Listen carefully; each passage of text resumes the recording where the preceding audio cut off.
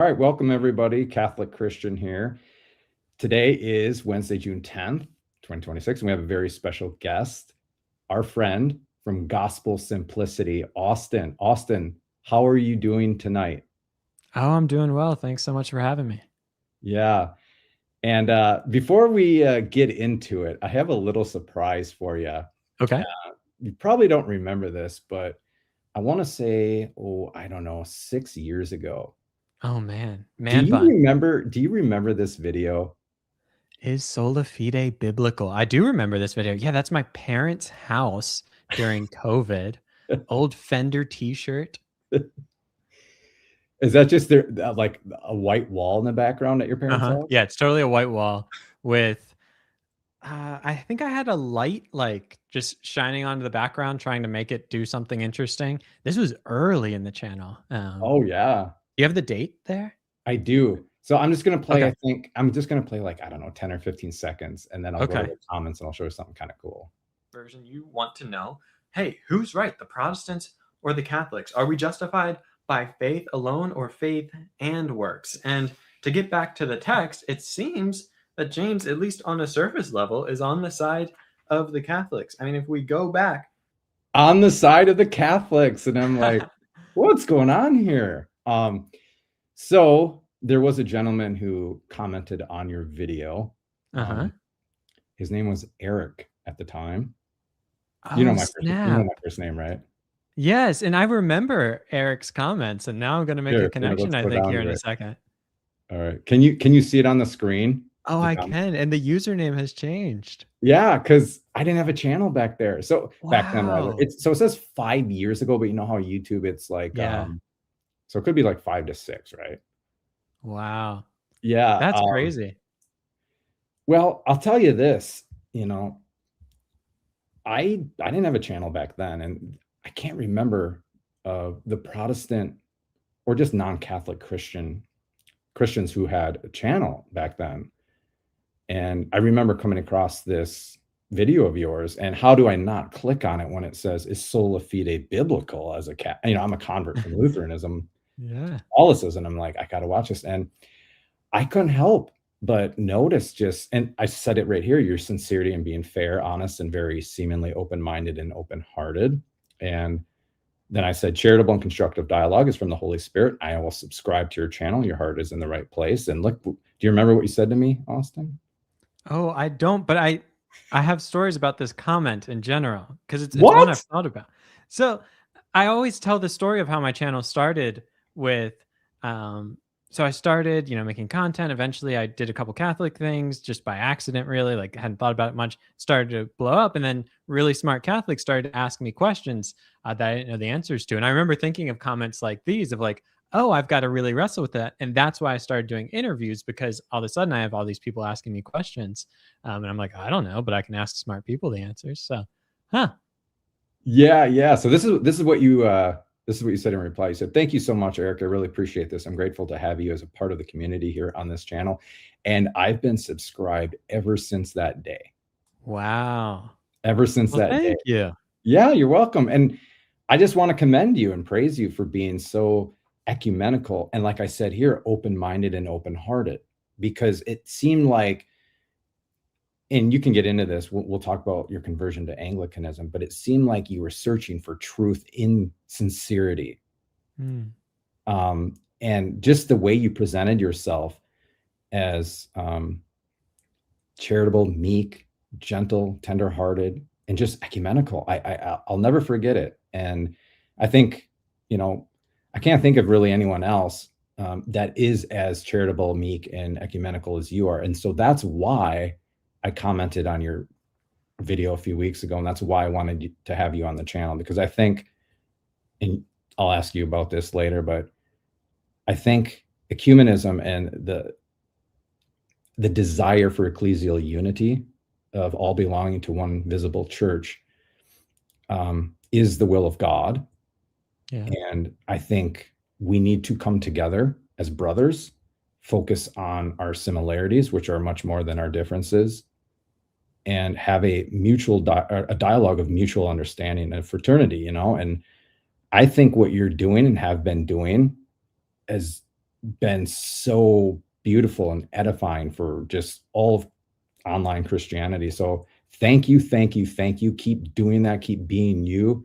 So I have so much respect for you, your channel, and everything. So yeah. Do you want to talk about your conversion to Anglicanism and how you got there? Yeah, sure. Well, I mean, first of all, just thanks so much. Really appreciate the kind words and for having been around the channel for so long. I had no idea. So what a fun way to start this conversation. Yeah. Yeah, so Anglicanism.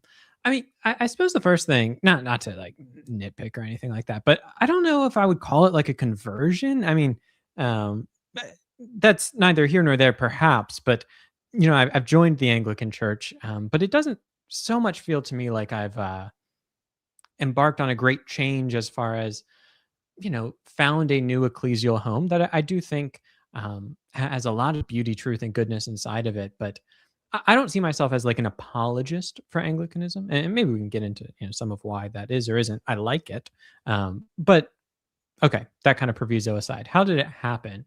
Um, yeah, so I mean, as far as 5 years ago, I was asking these questions about is sola fide biblical and other things about church history and the church fathers, and I'd kind of stumbled into that as an undergrad in theology, and then making videos that got me into the Catholic apologetic space kind of by accident, and started asking just a whole lot of questions that a lot of people online today are asking. And I've spent the last, yeah, I suppose 5, 6 years thinking about those things, which has changed the way I think in a number of ways. So got really interested in church history, became more sacramental in my thinking. I like to say, more patristic in my thinking. At the very least, I've engaged with the church fathers a lot more, and that shaped how I do my theology. And then also, two of my most influential professors in my undergrad were Anglican. They were my systematic theology professors. And then we had this class called Theologian's Craft, which is all about how do you do the task of theology and how do you do it well. And those professors were really influential on me. And though I didn't become Anglican right away, I do think they had an impact on me. Mhm. But beyond like kind of life of the mind, the there's a bunch of ways to tell any of these stories, right? So sometimes you hear people tell like a conversion story, and it's like I went through all these questions and I found the right answer and that was it. But there's often like a human and like lived experience way. Like maybe you had a Catholic friend that impacted you or this or that. So kind of at that more human level, I would say my wife and I were in a non-denominational church. We met in church, Oh, which was in a large kind of non-denominational church, and then we had stayed in churches like that. And my approach, people have different approaches to this, but mine was always, I want to go at the speed of Eliza, my wife. And so, even if at that point I would have preferred to be in a more liturgical church, if that wasn't meeting kind of her spiritual needs, and I didn't think it would be like sin to do otherwise, then it was like, hey, if this is preference, we're going to go with your preference. Eventually, though, when we were on vacation one day, we it was my birthday weekend. She's like, we can go to whatever church you want. So we stumbled into an old Anglican church in this downtown area where we were at. I loved it. That didn't surprise me, but she loved it, which surprised me. So when we got home, we said, hey, let's look for kind of Anglican churches in the area. And we found one that's in our community, and we got there and really just fell in love with it. And so, there are the head issues, like my thoughts on the episcopacy changed over time and the sacraments and all of those. And we could talk about that. But I do think it's worth to talk about as well, or at least to just name and mention that, like, part of the reason I'm in the church I'm in is because I stumbled in an Anglican church. We liked it. There was one in our community. It was a beautiful place to be. And like, we're humans, and, things happen not just in the mind, but in the body and the place and time in which God's put us. So that's so maybe a longer answer than you asked for. Yeah. no, no, no. That's great. So you and your wife made this journey, made this decision together. You were married at the time, right? I believe you said. Yeah, so when I started, I mean, we met when we were 18 and 16. I went away to school. We were long distance for several years, and it was while I was away that I started getting into these questions. But yeah, by the time I got married, I'd been doing YouTube for a little bit. That was 4 years ago last week. And then so for several years, we were still kind of in the non-denominational world, and then made this decision together. Okay. And this was it like a year or a little over a year ago, or when did the Yeah, it'll be. Let's see, will it be 2 years already this fall? Is that right? Something wow. like that. Yeah. Uh, Now, let me ask you this, because if I remember correctly, you had a few videos where I'm paraphrasing the title, Protestant goes to Catholic church or Catholic mass for the first Yeah, time. that's kind of how it started. Yeah, and then I think you had Father Josiah Trenum on once. This, Y yep. Yep, you've had, well, recently Father Gregory Pine. Hmm. So, again, I'm just for me, it seemed like you were on this inquiring journey, Yeah. or at least just, open-hearted and open-minded, like I said. So Hmm. what were your experiences of going to a divine liturgy, Eastern Orthodox, or a Holy Mass? And I'm guessing it's the Latin Church, the Roman Catholic Church. What did that do for you? Um, Yeah. It does was that not make just the Latin church, it was a Latin mass was my first experience. My first Catholic mass was a low Latin mass at St. John Cantius Church in Chicago, which was a beautiful experience. But yeah, so the kind of experience of inquiring had, I'd say, like phases to it. So I stumble into this stuff by making a video. The title was something like, I'm a Protestant. I went to a Catholic Bible study. I had like 100 subscribers at this time, but I've been making videos for like 2 years. Um, and I hadn't thought anything of the video, but I make it, it blows up. All of a sudden, all these Catholics are asking me questions. I'm like, I don't know. And they all tell me, go to Mass. And I'm like, okay. So I go to a Mass and I make a video about it, and that blows up. And they're all like, whoa, we got to see that church. Because St. John Cantius, if people are familiar with it, is absolutely beautiful. People call it like a Catholic Disney World with a number of relics in it. Um, yeah. And so then I do a tour video, and there's this wonderful candid reaction where the priest, Father Joshua Caswell, is like, yes, and there is a foot of so and so. And I'm like, a foot? Like evangelical me is like, you got what in your church? Anyway, Did you know about relics much then? no, I didn't. I was like a first year Bible college student whose exposure to Catholicism was, I had a couple neighbors who went through confirmation to like get money from their family, and they went to church on like Christmas and Easter. Like that was my exposure to Catholicism. Like it was hardly at all, which is a bit ironic being in Maryland as my home state. But nonetheless, yeah, I didn't have much exposure to Catholicism. Anyway, so I get into this, and my first reaction was like, first, whoa, there's a lot that I don't know.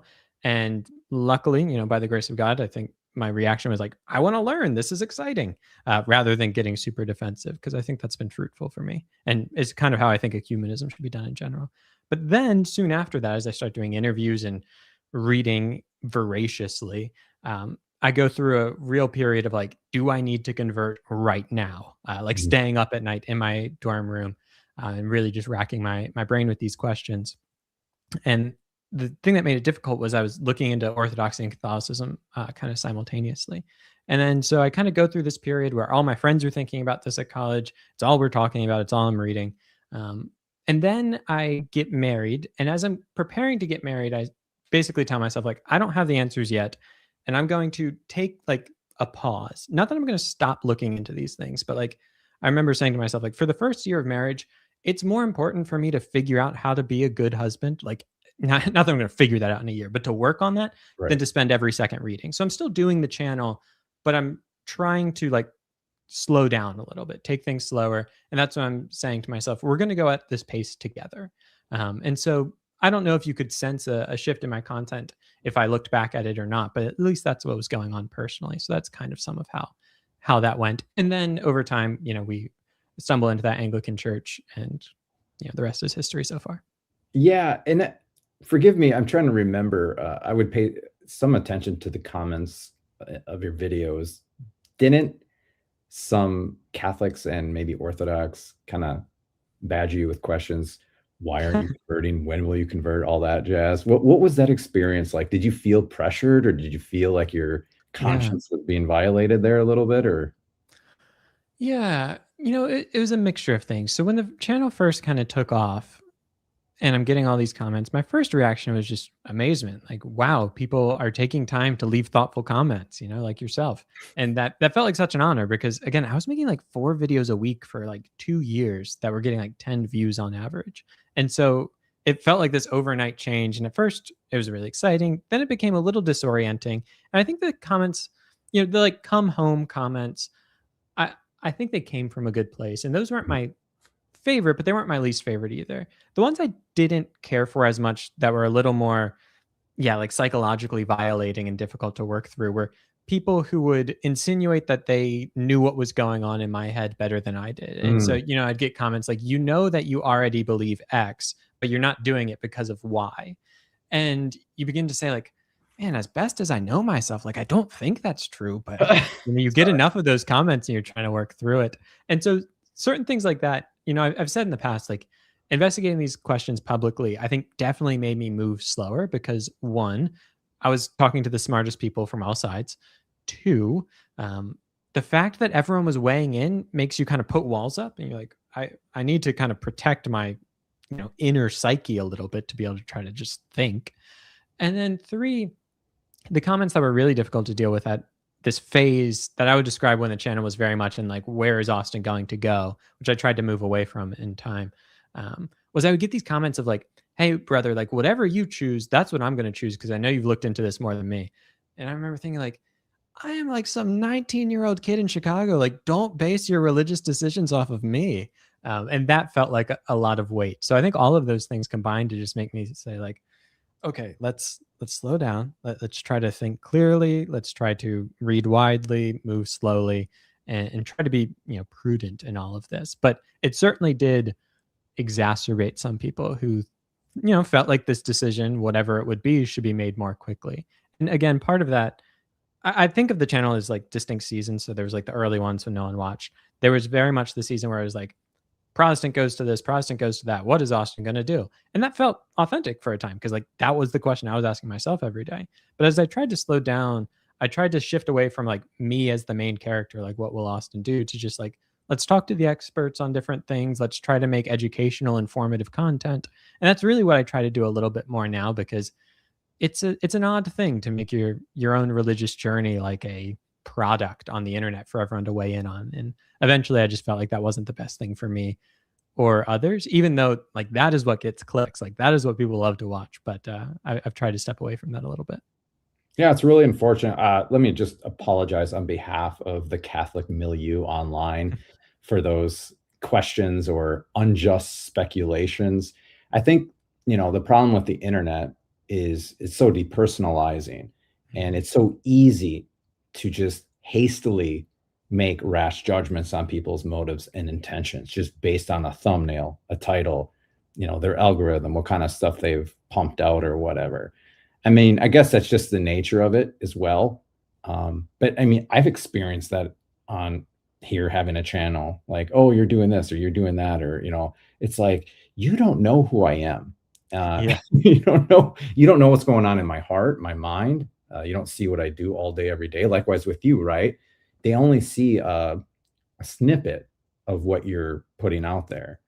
And Yeah. yeah, it's unfortunate because I think it hinders the ecumenical movement towards ecclesial unity. And so that's what I appreciate about you is that um, you know, you were transparent, you were open, but like you said, don't join a church or ecclesial community because I'm joining it. Like, God gave you a brain and a conscience for a reason, you know, like, but I think it's kind of a compliment though, you know, because I think you have a positive effect on people. You know, it's not so much what we say. I mean, it is, but how we say it to people. And I think you've been a perfect example and a role model for me as a Catholic of how I want to conduct myself. And I'm not glazing here. I'm not like trying to puff you up here, but it's true. You know, I've made mistakes on my channel. I've had to take videos down and change the titles and the thumbnails, and you know, we're all sinners. We all make mistakes, but I think the one thing that I've regretted doing is maybe impetuously doing a live stream and kind of losing my cool a little bit. And Mm. I'm thinking, you know, if there's one person that probably would never do that, is Austin. And so, but yeah, so thank you for having that temperament and that disposition. It's a great witness to your faith and your fidelity to Christ. Um, and I hope we can all imitate you more as apologists because this is no joke. This apologetics game. And didn't you do a video on how dangerous apologetics is? Yeah, I've probably done multiple. Well, first of all, thank you again. I really appreciate it. It means a lot. But yeah, I have done videos on that. I think I did one fairly recently with the title of something probably melodramatic, like how to do apologetics without losing your soul or something like that. Mhm.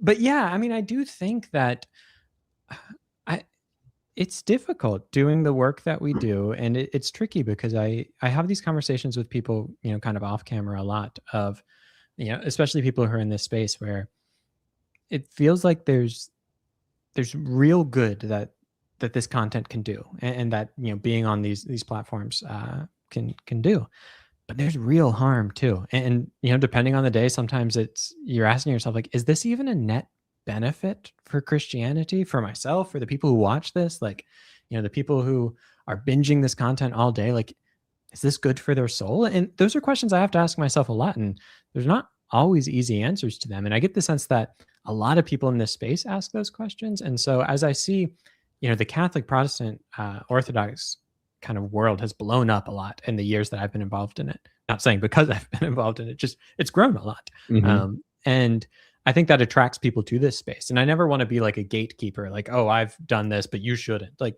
that's not what I'm saying. But as I watch people, think about like, oh, should I make TikTok videos or should I make Instagram videos or YouTube videos or whatnot? Like, I I think at this point, having done it for a little bit, I in videos like that just want to tell people like what I wish people would have told me when I first got into it, because I was just making it up as I went. And I think there are a lot of things about making content online that are what we might call like structural incentives to get you to do things that are not virtuous. Like if you only give like your hottest take every day, that'll get clicks. If you, tear people down all the time, that'll get clicks. But it's not helpful for you. I don't think it's helpful for the people watching it. And so we have to ask, like, how do we do this without losing our soul? And so those are questions that, insofar as I've made videos about them, it's because I'm preaching to myself and trying to figure these things out as well. Yeah, and that's another thing I wanted to bring up because as I was digging for that video that I commented on 5, 6 years ago, I noticed your oldest videos, they didn't receive many views, Mm, and that's okay. And one of the regrets that I have is I wouldn't say I like sold out just for clicks or whatever. My algorithm was kind of shaped by doing reaction videos to Protestants. I've done a yeah. few on you. I think I've done, I don't know, 2 or 3. Hopefully I was charitable and ecumenical and not too polemical or whatever. But um, and yeah, it's a grind and the temptation to get clicks or whatever the revenue or even the notoriety and the fame. Yeah. All those temptations are there, right? Oh, Um, absolutely. yeah, and I started another channel. I know I'm not promoting my other channel on here, but I started another channel and I'm just like, I don't care about Yeah. clicks, views, revenue, subscribers, anything. I just want to be myself and catechize and just grind it out and be myself. I don't want to feel this pressure losing peace. It's just pumping out reaction videos, reacting to Austin and Gavin and Redeemed Sumer, like, but that's what you know what I mean though? Like I didn't Yeah. even know that was a thing. I started my channel with my wife. She interviewed me on my, excuse me, on my conversion. Hmm. And I'm like, oh, you can react to Protestants and their videos and make it like apologetics and edifying and correct the caricatures. And then like that's the only thing people would watch on my channel. And it's like, I don't mind doing these, but I got burnt out. I Yeah. really did. And, even if the intention was right and it was ordered towards ecumenism or whatever, evangelism, still though, it's just like, it got old. And here's my question for you. Have you ever done a reaction video on like a Catholic or an Eastern Orthodox? I have. Yeah. And I don't know if I regret it or not, but it's not the lane that I wish to be in. So I haven't made many. I made I'm sure I'll forget some. I know I responded to Cameron Bertuzzi once on Sola Hmm. Scriptura. When he was Catholic, Yeah, when he was when he Catholic. converted, He yeah. made like it might have been like a cumulative case against Sola Scriptura, I think was the video was something like that. And I tried my best to do it well, but I find like just for myself, I think there's great reaction content out there. I don't think it's a worthless genre by any means, but it is it incentivizes for me the worst parts of me. And whether this would become as a surprise or no surprise to people, I don't know. But as I think about my own flaws and my own tendencies, I really like to be right, um, and I think the worst parts of me come out when I want to use whatever intellect I have to not just like correct someone, because that's a good thing, or to Mhm. edify things, but to show that like I'm smarter than you, and let me show that. I just know that's a temptation for me, and it's not good, and so I try to stay away from that type of content. But that's just my own weakness and sin. It's not that the genre isn't redeemable, but yeah, I haven't done much just because I know it's playing with fire for myself, and I don't want to get burned. Yeah, that's really good self-knowledge you have there. Know thyself. Know Yeah. thyself, right? That's beautiful. But I just wanted to commend you though, because there are a few Catholic apologists that I personally know who went the same route as you did. They were themselves, they grinded it out, they didn't sell out. They wanted to be as sincere as possible. So you could tell they weren't just doing it for clicks or for subscribers. Um, and it's called being an ideologue and not an opportunist. Just don't, Mhm. rise at every occasion to get clicks. And so, thanks for being an inspiration. I'm trying to do that on my other channel. So hopefully we can uh, do some good there. Yeah. But Well, what's it called? how do you know the channel How to Be Christian? Oh, I do. What's that guy's name? Ferris, is it? Yeah. Yeah, I've worked with them once, but so my channel is How to Be Catholic. Ah, nice. Good title. Yeah, yeah. But no, I think this will be a good segue into what we're going to talk about next. Okay. Because Let's one do of it. the reasons why I wanted to interview you and have you on here is to talk about true ecumenism and evangelism, and that involves all Christians. I mean, ecumenism is the desire for all Christians to be visibly united, ecclesially, right? Mhm. And you came out with a video. Let me just share the screen here. And this is Okay. actually what prompted me to comment. I shared, I hyped, I liked, I commented because Oh, there well, is. thank you. Yeah, you're welcome. There's been kind of a stark problem. I'm going to try not to yap too much. Um, so I'm a convert from confessional Lutheranism. Do you know Dr. Jordan Cooper? I do indeed. So he's in a different synod than I was, but I was like Dr. Jordan Cooper. I was a confessional Lutheran. We have the same confessions, Book of Concord and everything. Oh, wow. Okay. Yeah, yeah, yeah. And so when I converted to Catholicism, it was beautiful, and I don't want to be all negative Nancy and critical here, but there was a little bit of disillusionment. I wasn't expecting Catholics to be so anti-Catholic or, Mm. anti-Pope Francis or, like you were mentioning on your video that I'll play the first like minute here. Just, there are Catholics that, again, not to judge culpability and not to, single anyone out, but I feel like they do a lot of damage. I'm not saying I've never done damage or anything, or I'm guiltless or whatever, but the thing that you mentioned here that will play that annoyed you infuriates me. Okay. So I'm in good company then. you said annoy, and this I'm Irish blooded. I try to play it off as righteous indignation, Sure. but but I'm yapping. Let's play the clip and then we'll talk about it. I'll ask you some questions because this hit home for me, and I think we could talk about it and edify some people and try to correct some of this, at least in the Catholic milieu. But yeah, just like the first 50 seconds here. So when it comes to online Catholic apologetics, there's this one thing that kind of gets on my nerves. Over the years, look, I've watched a lot of Catholic apologetics, and I've had the joy of becoming friends with several Catholic apologists. They're great. This isn't a hit piece on Catholics generally, nor will I be calling out any people specifically. And for the record, many of the best apologists don't do this thing that annoys me.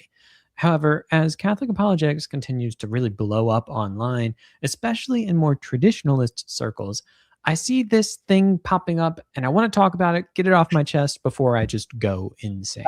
So, the pet peeve is this: some online Catholics talk about Protestants and Protestantism in a way that is just blatantly at odds with how the Catholic Church itself approaches these things. So, in this video, I'll go through a few topics contrasting how I see these things being discussed online versus how recent popes have talked about them. And I'm going to save my biggest pet peeve for last. Okay. So here's my question. Yeah. I think I watched the video twice. What have your experiences been on certain online Catholics that are at odds with, say Pope Leo, Pope Francis, Pope Benedict XVI, St. John Paul II? What kind of specifics have you noticed or experienced that has kind of annoyed you, if you will? Sure. Yeah, I mean, I think we could talk about this at a couple different levels. So maybe at like the highest level, I think since Vatican II, there has been a tendency within the Catholic Church at the kind of magisterial level, or kind of within the popes, the bishops, etc., to look for the good in that which they're talking about and highlight that rather than highlight the differences. And I think often the inverse is found in the online space. So, for instance, if you look at, say, the documents of Vatican II, it's going to say like, that which is good in Protestantism, like we can affirm that, right? And we can talk about the positive things we have in common, as well as with other religions and other things generally with the modern era. Like there is this real spirit of let's find the good in all things and kind of bring that into a coherent whole, which I think is actually a really exciting project. I think I talked to Joe Heschmeyer about this as like the Catholic theory of everything, like the trying to find the good in everything wherever it may be found. I think that's winsome. I think it's intellectually charitable and generative, and I just think it's a good thing to do. Okay. Conversely, I think online there is a tendency to look for that which divides us and highlight those things, and sometimes even look at divisions that we had in the past and take them as essentially gospel for what the divisions are today, when in fact I think there has been genuine development on these things. And it's less important what I think, if I'm making like an internal critique of Catholicism or of certain ways that Catholics carry these things out. You don't have to take my word for saying that there's been ecumenical progress. The Catholic Church has said there's been ecumenical progress, like in things like the Joint Declaration on the Doctrine of Justification, or various Anglican Roman Catholic dialogues, or we could go on and on. But I think what I was trying to express in that video is like, online there's this tendency to say like, let's look at the disagreements, let's highlight them, and let's kind of make it out as though we're still living in the 16th century in the heat of these disagreements, whereas it seems that the popes and bishops have said like, no, let's recognize the good where it is, and then where there's disagreement, let's try to come to greater agreement. And at least they feel there has been agreement that's been made. So sometimes it feels a bit dissonant when you see one posture from the popes and bishops and another from the online content creators, and it can be disorienting, I think, for people, and well, annoying, I suppose, is the word I use. Yeah. Now, has your experience been on your channel or watching other channels? I'm pretty sure, I don't want to make an unjust suspicion, you don't have Twitter X, correct? I do not. God bless your heart and soul. I gave that up like a bad habit. I deleted my account. Good for you. The vitriol, the polemics, what you just emphasized and described to me is like an encapsulation of X Twitter. Yeah. And now, when you say these certain Catholics that are at odds with like Vatican II and the whole ecumenical movement, and just focusing on the divisions and the differences and trying to browbeat and all that, has it been on your channel or other people's channels? Has it been directly, indirectly? Have people reacted to you like over polemically, or? Yeah. So, whether just because I'm a small fish in a big pond or the way that I make my videos, I don't actually get a lot of reaction videos to my stuff, which I'm grateful for, because I don't know how someone like Gavin Ortland can keep up with all the reactions and try to, keep his head above water with all of that. So I don't get a lot of like direct reactions to my stuff. I do see it in the comments quite a bit, in terms of even directed at my guests sometimes. Yeah, my guests are pretty diverse in their views. They certainly don't all agree with one another. It'd be almost impossible considering how different all of my guests are. But I have had a lot of ecumenically minded guests on, the kind of people that would like to be on a channel like mine. And sometimes I have Catholics kind of pushing back on them for what they do. But then I'll also get it, even on that video, I'll get people saying like, okay, but the thing is, like, the last popes were just wrong and Vatican II was wrong, so like it doesn't matter, which is always kind of a difficult thing for me because when I engage with Catholicism or Orthodoxy or any view I don't hold, um, it's I want to take whatever kind of the official line is because it's like, who is it? Who am I the one to tell you that like Vatican II is actually wrong on Catholic grounds? Like that's not my place. But so that can be difficult. And then I think what inspired that video is seeing more content in the YouTube space, not directed at me, but just my algorithm has a lot of Catholic apologists in it who are taking those lines. And I think we do see it more in short form. So X being the shortest form content, right? Like you Mhm. definitely get it there, even though I don't see it, but I'll take your word for it. But then like on Instagram, I get a decent amount of that. I'm not on TikTok either, but when you're trying to put things in 60 seconds, I think it tends to get a little bit more hot take esque.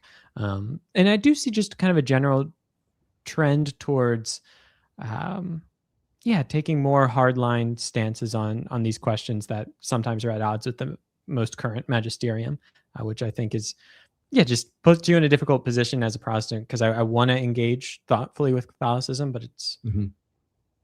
I tend to want to engage with the kind of official statements. But then if the Catholics are telling me we don't like those official statements, I'm like, I don't know what to do in this situation.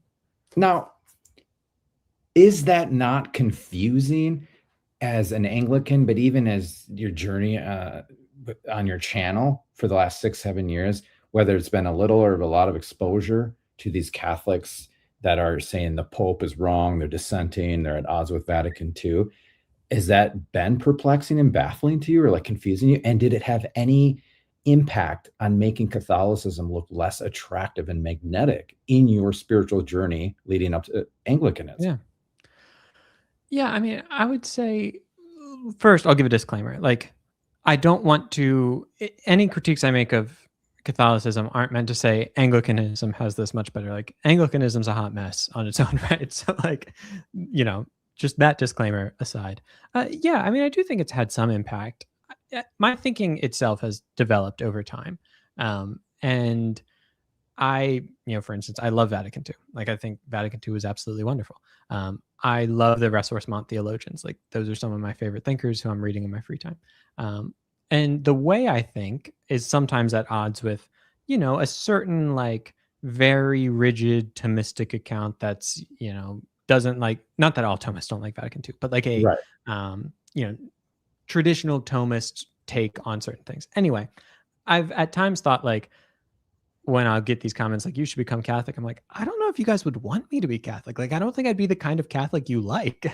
um, and I don't know that that's made a big impact on me, but You'd be a Vatican II Catholic. We don't want that, yeah, I mean, right? essentially, like, I'd be one of those terrible modernists, I suppose. Um, yeah, so like, I don't know that that's impacted my decision making, but I certainly have said that to myself. Maybe this is my first time saying it live, but like, yeah, I think there's a lot of Catholics who say they want me to be Catholic, but then if I was, they would be like, I don't know if I like you as a Catholic. Um, but I will say, again, this is not all, it's not even most, but there are fringes of, and it exists in Protestantism, it exists in Orthodoxy, and it exists in Catholicism, of what I would call kind of like a reactive hyper traditionalism that Mhm. I do have concerns about, and I think not only has it that at times made Catholicism a little less attractive to me. I know, not to, she's not here on the stream, but I know for sure like it's made it less attractive to my wife, Mhm. especially the. I wrote a Substack article where I get into this, not to kind of plug it, but Oh, plug I away. think that the title was something like the Boys Club of Online Radical Traditionalism. And I share some of just her experiences thinking through these things and feeling like this doesn't feel like there's space for, women in it. Again, that is not most, that is not all, Right, right. but they are, as with any kind of more extreme viewpoints, they're often very loud, and the internet, gives them more influence than you would like at times. So again, all the necessary caveats. But yeah, I mean, it's probably impacted my journey. Yeah, you know, I don't want to assume are you're Gen Z, right? I suppose so. 1998. I don't know what the cutoff is. Oh, okay. Yeah, I don't know. That's on the cusp. I didn't mean to Yeah. ask how old you were. I just because Oh, I that's think okay. it's really relevant to what you were just explaining and my experience. When I started my channel, I was very transparent and open to people that would join. I'd invite people up to my live streams and collaborate, and somehow I attracted the very demographic that you described, and it's this younger generation, Gen Z, Thomistic theologians, very niche.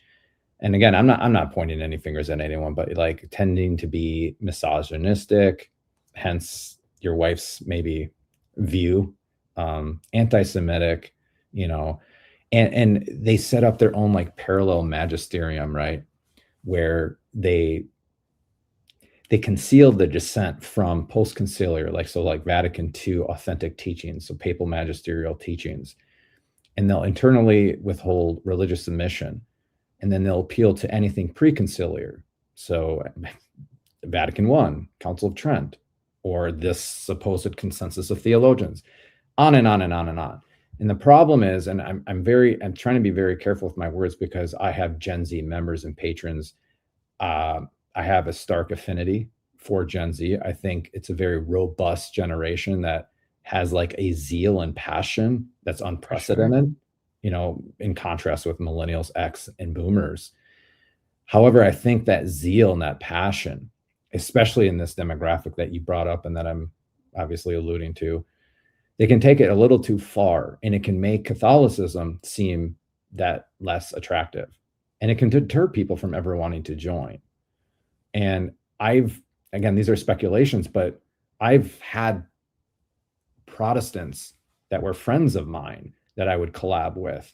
And, in the back of my mind, I was always cognizant, how would I want this person to become Catholic? And I know that sounds like proselytizing, but that's a precept of my church, is to evangelize, Sure. but to do it in a way that doesn't violate and manipulate consciences, and to do it in love and truth, and to do it when it's prudent.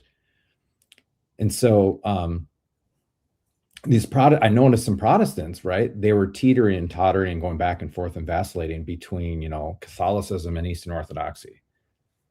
And they chose Eastern Orthodoxy, and that's okay. If that's what their conscience is telling them, go do it. That's great. But I noticed that in hindsight and retrospect, some of them would manifest and disclose that, well, it was because of these certain apologists. And I'm not alluding to anyone, but, or just anyone online on Twitter, certain Catholics that were just way too vitriolic and polemical and, hyper Thomistic, wannabe theologian, everything's preconciliar. And it's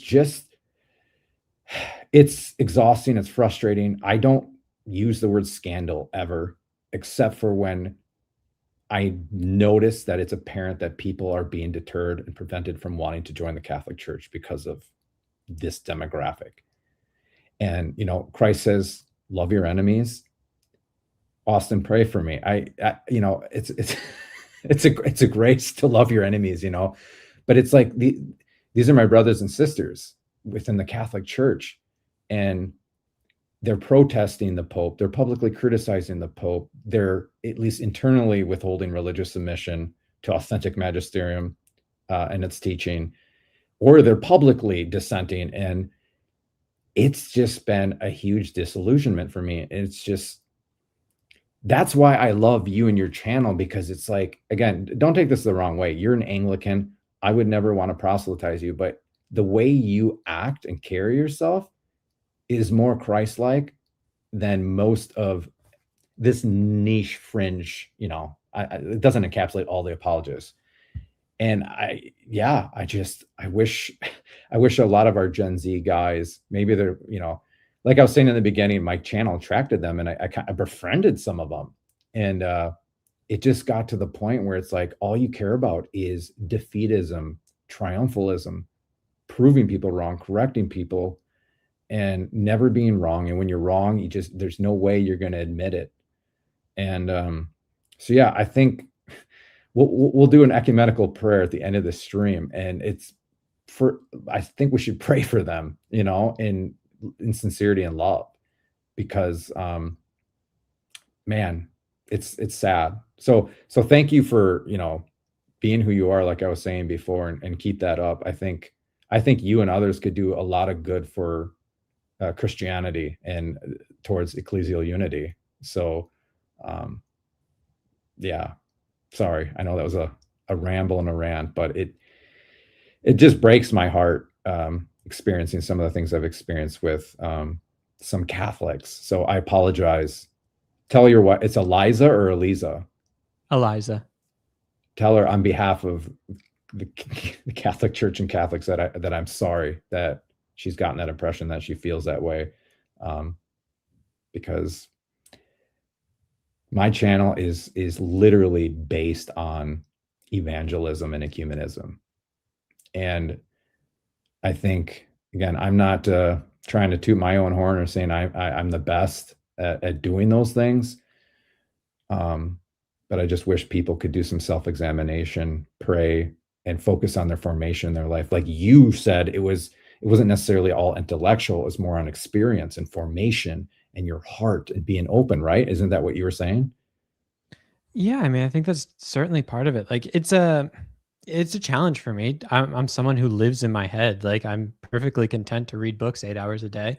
But I've I often say on my channel, like the best advice I can give for people is like to seek Christ. Like seek Christ, the rest is gonna work out. And I've had to realize that like sometimes spending a lot of time thinking about these things is a way of trying to like masquerade holiness in a way that doesn't come close to like washing the dishes when my wife needs me to wash the dishes. Like we I think one of the great struggles is like we think we're growing a lot in the Christian life by consuming hours and hours of niche theological content. And I love niche theological content. I make it. Like it's fun. It's great. I love the life of the mind. But like look, if we're not willing to like, I don't know, do some laundry or like wash the dishes or do something, like if we're not willing to go love our neighbor or show up for people or like do the stuff that Jesus called us to do in a more tangible way, like then I think we're missing it a little bit. So I have to constantly tell myself, because my inclination is to replace a life of serving the poor with reading books, but to tell myself like the Christian life is something lived, and it's more than just we're not just brains on a stick. We're embodied people. And so I think the way that we look into the church should mirror that it should be something that we don't just do on the internet. The internet's great. It's helpful. I can learn a lot. I feel like I have learned a lot on it. But it's talking to the people in the pew next to you. It's actually like going and like being in church. I have a priest friend who hopefully I don't steal his thunder with this. We were joking the other day though. He's like, instead of like touch grass, I want to start telling people like just go touch pew, like just go to church, just live That's out the cute. Christian life. I love it. So yeah, I don't know. I don't even remember what the question was, but Oh no, that's okay. yeah. I was going to ask you actually. I don't want to get too personal, so if you're uncomfortable, that's in your spiritual life, in your journey of faith, when do you feel closest to the person of Jesus Christ? Like, is it through prayer? Is it at church? Is it studying? Is it being with your wife? You mentioned doing the laundry, the dishes rather. And I think, yeah, I don't want to speak for you, but that spoke to me, because guess which saint in the Catholic Church came to my mind right away, more contemporary, despised theologians. You want to take a shot? Oh, I can tell you who came to my mind. I wonder if it's the same who came to Sure. your mind. Oh, Oh, actually, I've got two guesses. You okay. said more contemporary. You, Oh, you, wait, she's not a saint yet. Okay, I had two guesses. I think I'm wrong with both. Brother Lawrence is who first came to my mind, practicing the presence of God, of just like being aware of God in the small everyday things. And then I thought about Dorothy Day when you mentioned theologians, but she's not canonized yet. So I don't know. Who were you thinking? Dorothy Day's a great guess, man. I Oh, forgot thanks. about Dorothy Day, and she's from my home state, or at least she did a Really? lot of her apostolate work, ministry work in Minnesota. Yeah. Okay. Oh, Dorothy Day, man. That's probably better answer than what else. I was thinking of Saint Teresa of Calcutta and her corporal works of mercy Oh, yeah. and just loving. Um, Yeah. she was like a personification and love incarnate. And Yeah. she was really big on not proselytizing because she worked a lot with, well, not work, but evangelizing Hindus in India. Yeah. She's not going around saying, "Have you read the Summa? You really should come home to Rome." You know? But what I was going to say is, like, doing the lawn or the dishes rather for your wife. So my question is, when do you feel closest to Jesus Christ? Oh, that's a great question. I mean, I something I've been trying to work with a lot more recently has just been like practicing silence. And I think we have a really noisy and busy world. I'm on screens way more than I'd like. And just taking time to slow down and be silent has, I mean, it's moved me to tears. Um, I think, that's one aspect.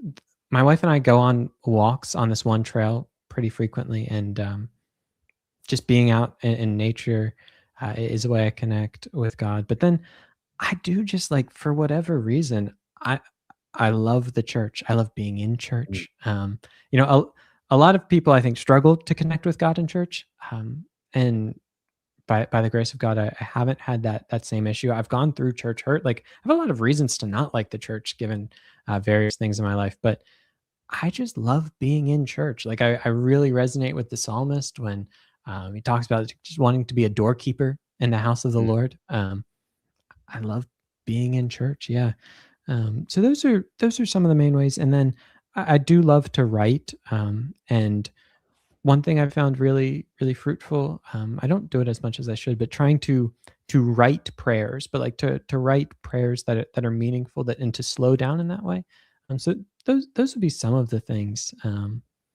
But yeah, just I think mainly getting still, being quiet, whether that's an actual stillness and silence, or being kind of still in nature and moving, but also just I miss living in Chicago when you could just walk into empty churches, just sit there. Mm. Um, I love that. But what about So, you? Not to turn it around, but to do exactly that. I love to hear how people connect with the Lord. yeah, yeah. So,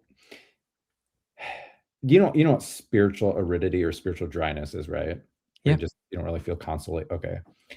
So I've been in a state of like spiritual dryness for I don't even know. It's been a few years and it's hard. Yeah. But the consolation that I got most, or that I felt closest to Christ, was receiving the Eucharist, Mm. just being at mass, or so being at church like you. I mean, that was so I don't know if you guys have daily church services? Like we have daily. No, we don't. Oh, okay. So we have daily mass, and I went every day for, I don't know, like 8 years, like every day. Wow. Well, I'm not don't no, no. I'm No, no, that's not like a wow you like but that's a wonderful thing to do, right? Like it's a beautiful thing. By the grace of God that you were able to do that. Um, yeah, it is a wow thing. It's wonderful. Yeah, and, I think, God kinda spoiled me with I would get so many spiritual consolations at mass, especially Yeah. consuming the Eucharist. I won't get into details, and that was all taken away. Um, Mhm. I don't know why, um, but I'm gonna say this, and it's gonna sound kind of fruity and crunchy and just kind of hippie-like. So, I'm here aside for from it. those spiritual consolations where I felt closest to Jesus Christ, receiving the Eucharist, um, when I was discerning my vocation, whether I was discerning the priesthood and then the married state, my spiritual director would tell me, "Spend 15 minutes just with Jesus." So not necessarily at church, not in adoration, Do you know what Eucharistic adoration is? I do. I went for the first time this year during Lent, which was odd because I've been looking into these things for so long. But yeah, so I've been twice, I think. Oh, cool. Awesome. We could talk about that. But, it was actually it was at night, and I would just go out and walk, and I can't explain it, but it was more like mystical than Mm, being at church receiving the Eucharist. And you're like, what the heck? I don't know. It was just different because I was so alone. I know our religion, right? Christianity is very communal and based on solidarity, right? Not individualistic, but Jesus singles us out, and Jesus yeah, wants to have a personal individual relationship with you. And I think like Saint Therese of Lisieux, talk to Jesus like he's your best friend, like yeah. he's right there in front of you, and be vulnerable and open with him. So when I would go out on these walks at night, no phone, no nothing, and it was very desolate and not very well lit. It was kind of rural, and I would just walk, and I would open my heart, and I would kind of like just listen, but I wasn't hearing anything audibly. And I just felt such serenity and peace, and I just felt closest to Christ there. And then almost more than when I would receive the Eucharist. Mm. And it's unfortunate because, and I'll ask you about your channel, how maybe some of the things that you've experienced with like temptations and stuff like that, or getting off track on the spiritual journey. But since I've had my channel, um, it's like consumed me, and it's been exhaustive, and I have no times for silence, or like 15 minutes of walking with Jesus, or whatever.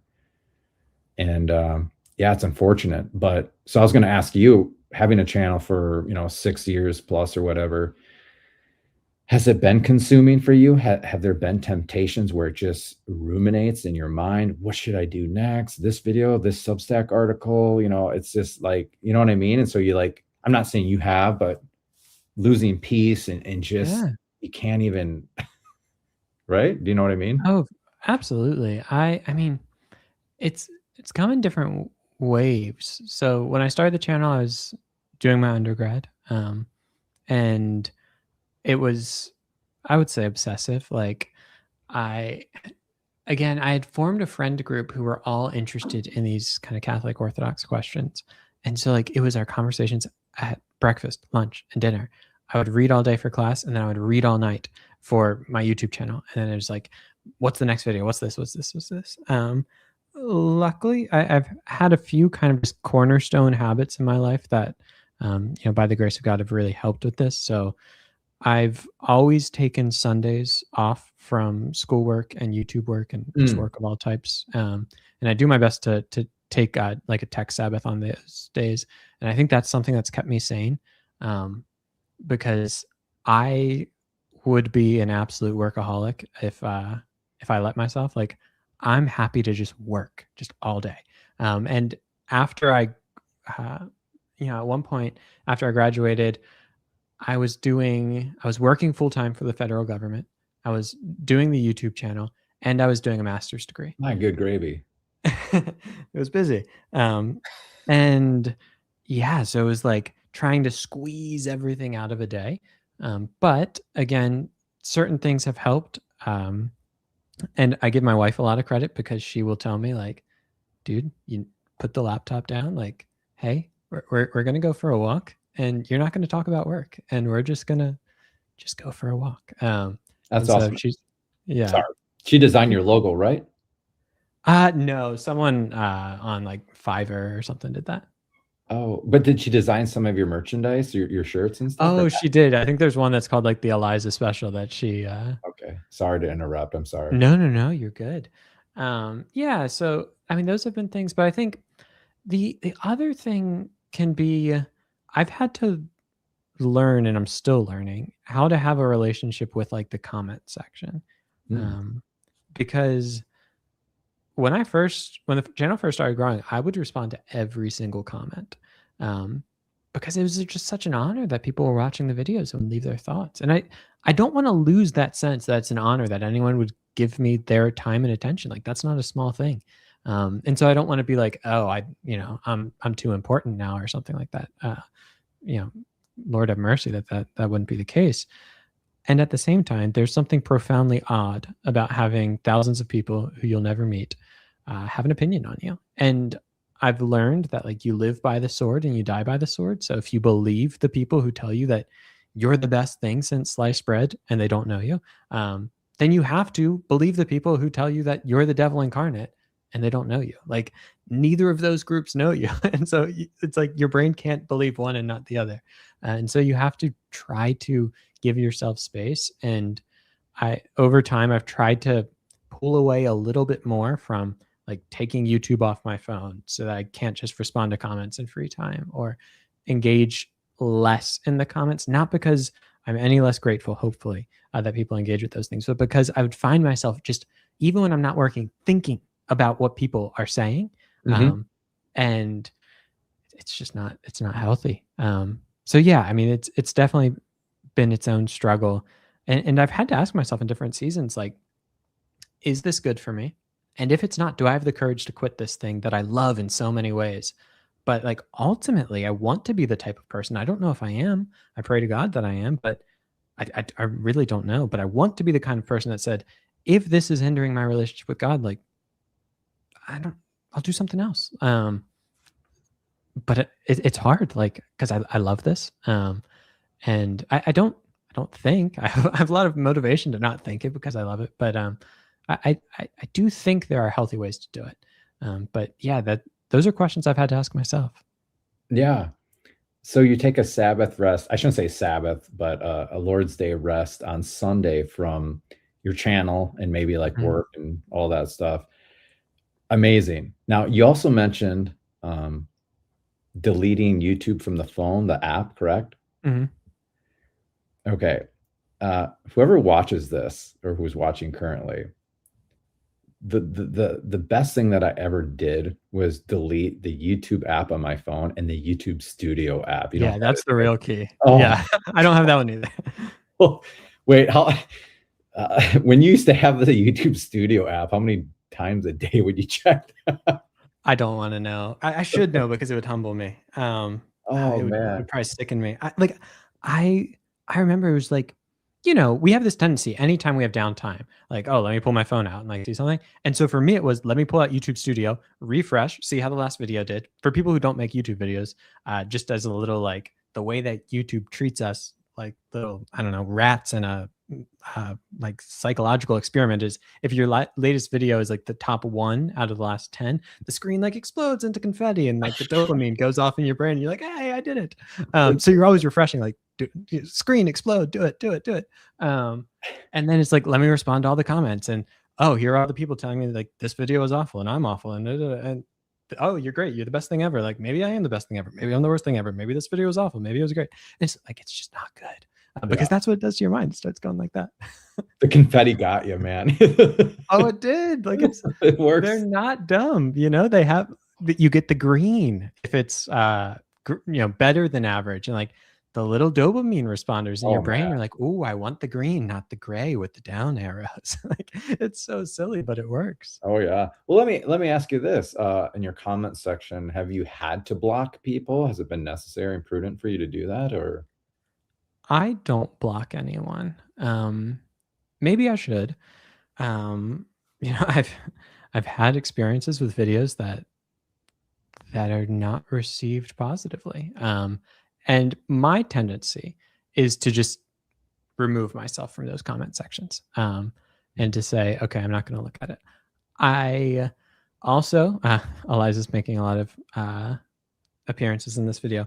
Years ago, when the channel first started growing, I was on my laptop and she looked over one day and I was scrolling through the section of comments on the back end of YouTube Studio that YouTube like holds for review or like have been blocked because the YouTube filters say like these are not good. She looks over and she's like, "What are you reading? Like these are awful." I was like, "Oh, these are like the blocked comments because sometimes it'll catch things it shouldn't and you know can put them back." And she's like, "Will you make a deal with me to like never look at these again?" And that was like 6 years ago and on my honor, have not opened that tab since. Like, so sorry if YouTube ever flags someone's comments and they weren't bad, but made a deal like, yeah, I won't read those because if the things that make it through the comment filters are not positive at some point. Like if you ever go in someone's comment section, you're like, "Ooh, this is rough." Like just imagine that there's all these comments that are being blocked by YouTube, Right. that are even worse, and you don't need those rattling around in your mind. Yeah, your wife sounds great. Is she like your Oh, she's 'cause lovely. yeah, that's awesome. 'Cause my wife, I treat her sometimes as like my mini spiritual director, and it sounds kind of like maybe your wife is in that, no? I mean Yeah, I mean, I think she would reject that title. I don't know. I think she's very grounded, and she engages with her faith in a way that's very different from me. So I am head first, heart second, and she is much more heart first, head mm, second. So like I want to read all the books.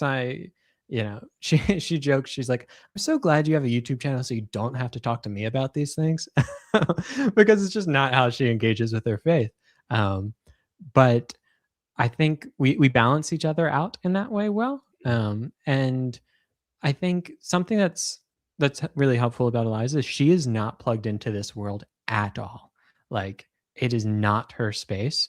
She doesn't watch any of my videos, nor like she's probably never seen a Trent Horn video in her life or like any of these things. mhm. Um, and so things that I start to take as normal that like just happen in the YouTube space, if I bring it up, she's like, dude, that's weird. Like, no, don't do that. Like it's nice to have that kind of outside perspective. But I think, yeah, I like to think that we balance each other out in ways of giving each other a perspective that the other sometimes lacks and needs, and in both ways. But yeah, nothing but good things to say about Eliza. She's wonderful.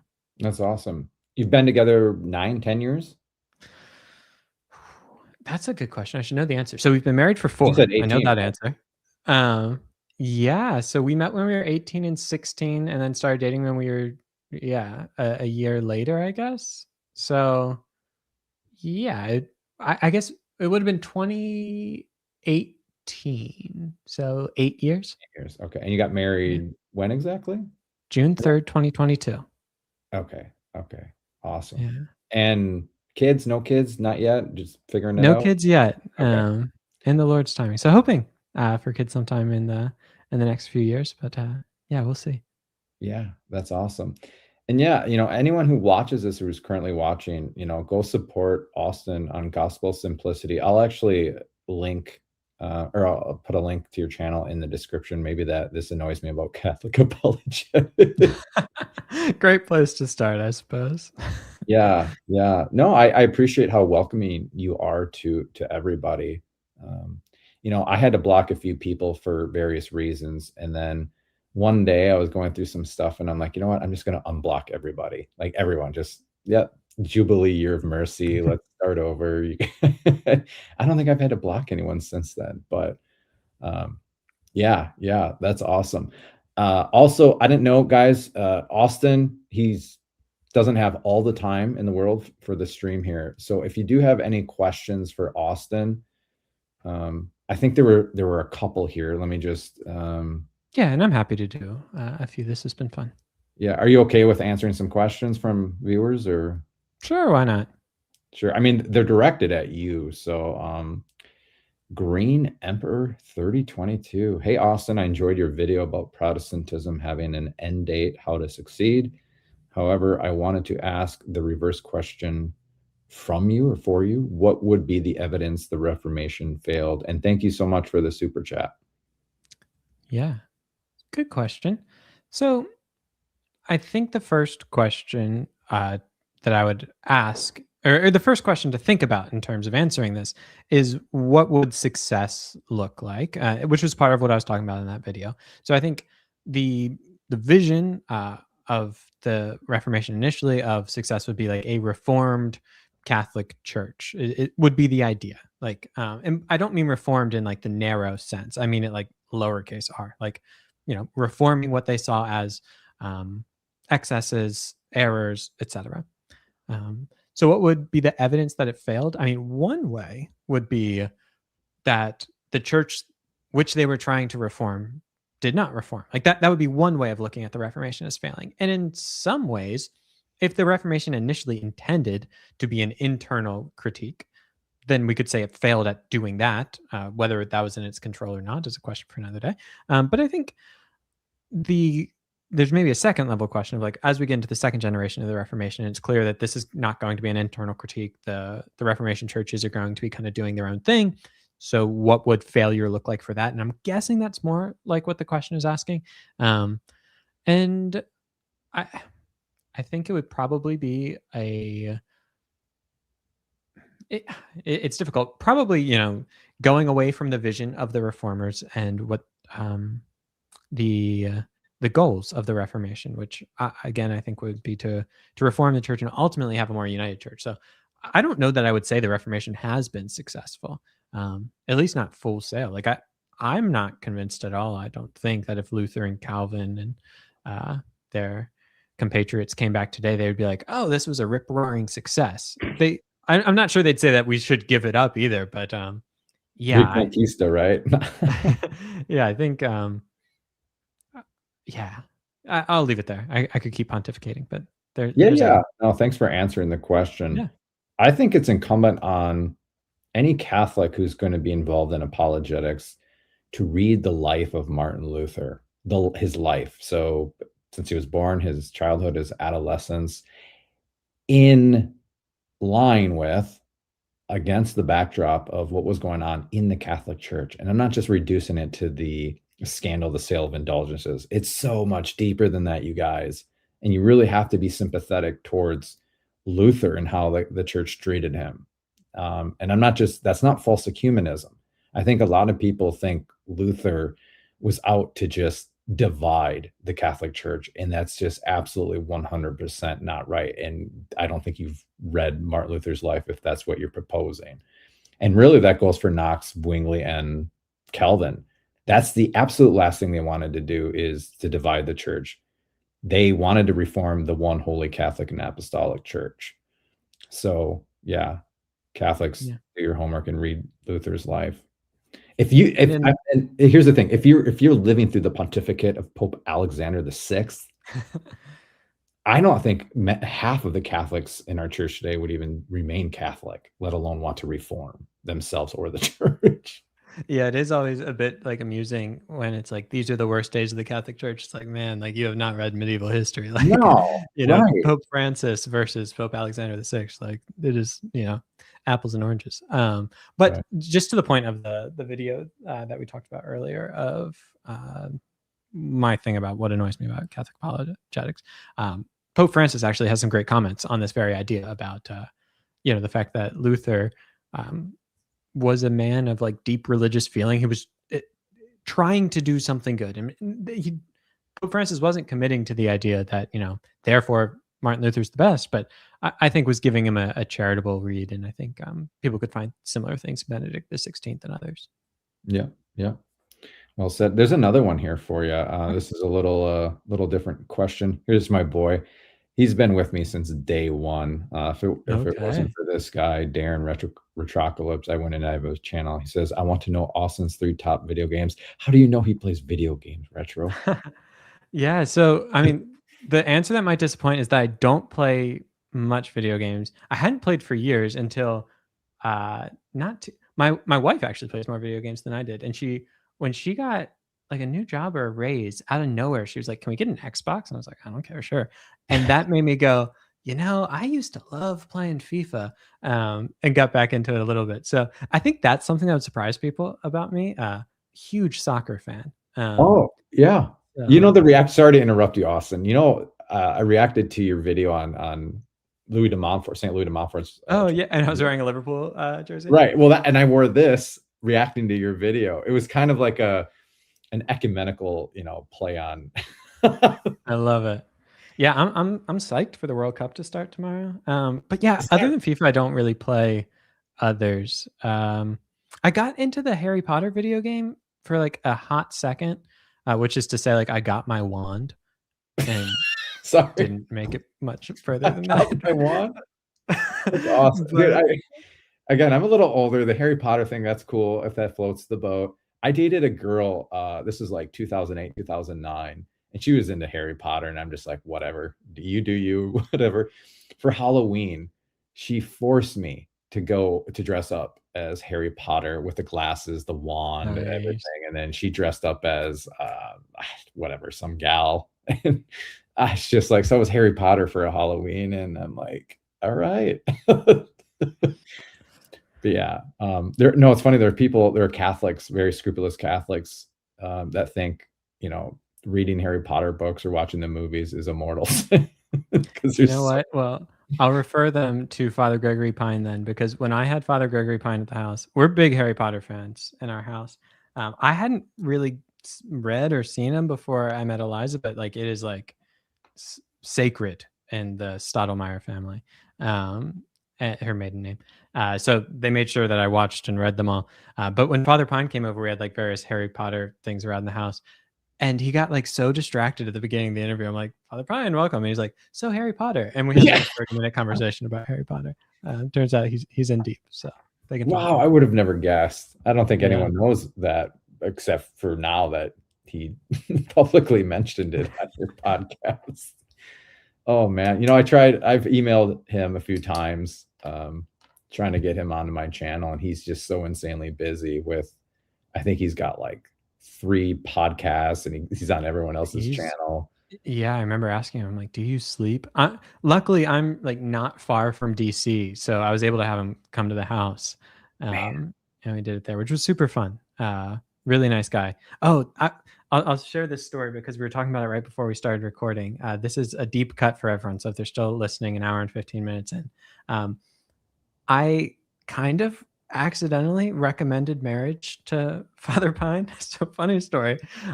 He not really recommended. He came in and like you're meeting a person you've seen a lot online, but you've never really talked to, and like we're just making small talk. And he was like, "How long have you guys been married?" And I was answering the question. And I always say this, like you just get into the habit of saying things like, "Yeah, marriage is great. Like highly recommend it."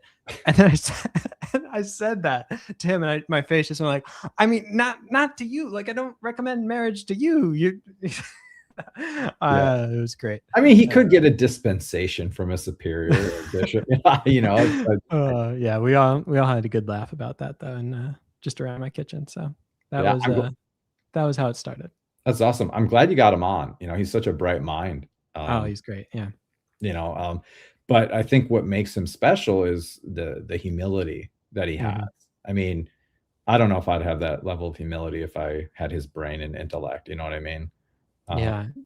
Yeah, which and he's like relatable too, which is fun. Like he's so smart, and he's so humble, but he's also like for someone who must spend insane amounts of time reading, he can just like have a normal conversation too, which is a real skill because sometimes people are like super smart, but if you ask them to Mhm. talk about anything besides books, it's just there's nothing there.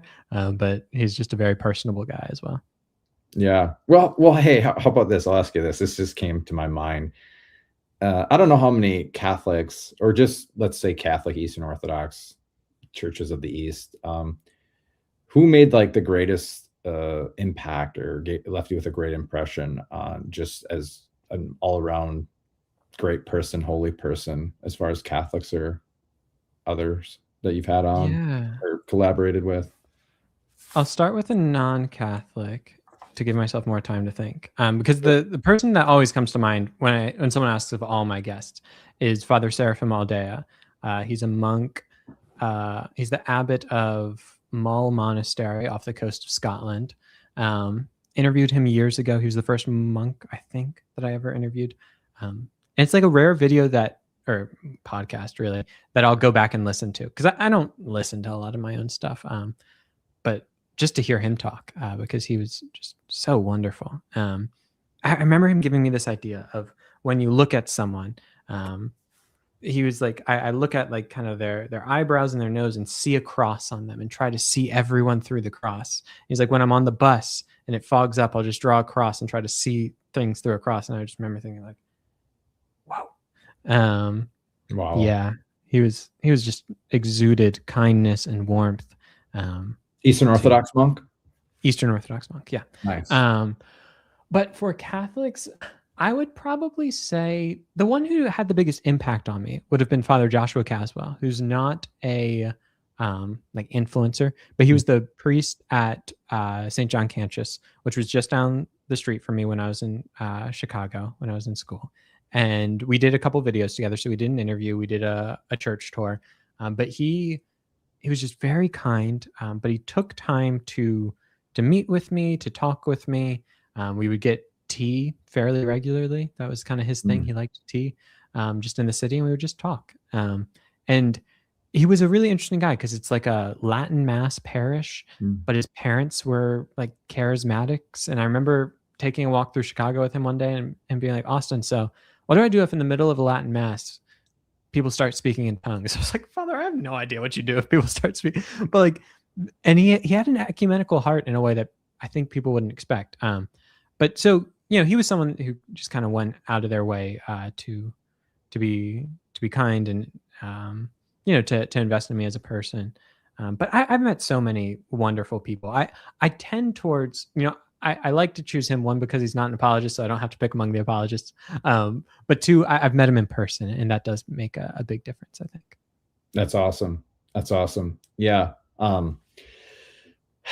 You know, sorry, I lost my train of thought there. That's okay. Someone in the comments threw me off, but I was actually going to ask you about, so because you mentioned the charismatics and TLM, and so you probably know in Catholicism in the church we have a lot of liturgical diversity, Mhm. spiritual, diversity, different charisms, graces, all that stuff. In Anglicanism, do you guys have, forgive me, I'm not well Yeah. read, but high Anglicanism, low Anglicanism, liturgical Yeah. diversity there? What does that look like? Yeah, Anglicanism, I mean, it's often called a big tent, because it has a lot in it. So you will find everything from, you know, fairly evangelical style, guitars, band type thing. I mean, it'll all be shaped by the Book of Common Prayer. Right. But the music is what can change the most. And then what's put kind of around the music, the setting. Do you use incense? Do you do processions? Things like that. So you could have like very low church Anglicanism, or you can have very high church Anglicanism. So like if you went to my church, you would find like the old style, like choir stalls. We chant the psalms back and forth, kind of thing, from the choir stalls, altar rails. Like this Sunday, they're doing Handel's Messiah with the choir. Like there will be Latin choral pieces. There's Oh, always a wow. processional with the cross. So like fairly high church. But then you also find, yeah, more charismatic, more lower church, more, you know, almost like non-denominational style worship, at least. And that's just in the US. Like I don't really know global Anglicanism that well. Like I know the Church of England and what it looks like there. But outside of the English speaking world, as you get into like Africa, like I'm told that there's a lot of diversity.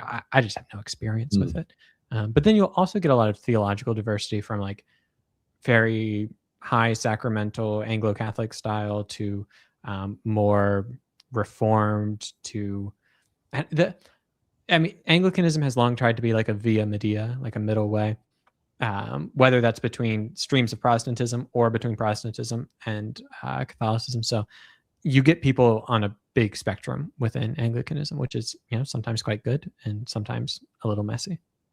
yeah, yeah, that's awesome. How much time do you have? Or I want to respect your time here. Um, do we have more questions, or was there something you wanted to cover?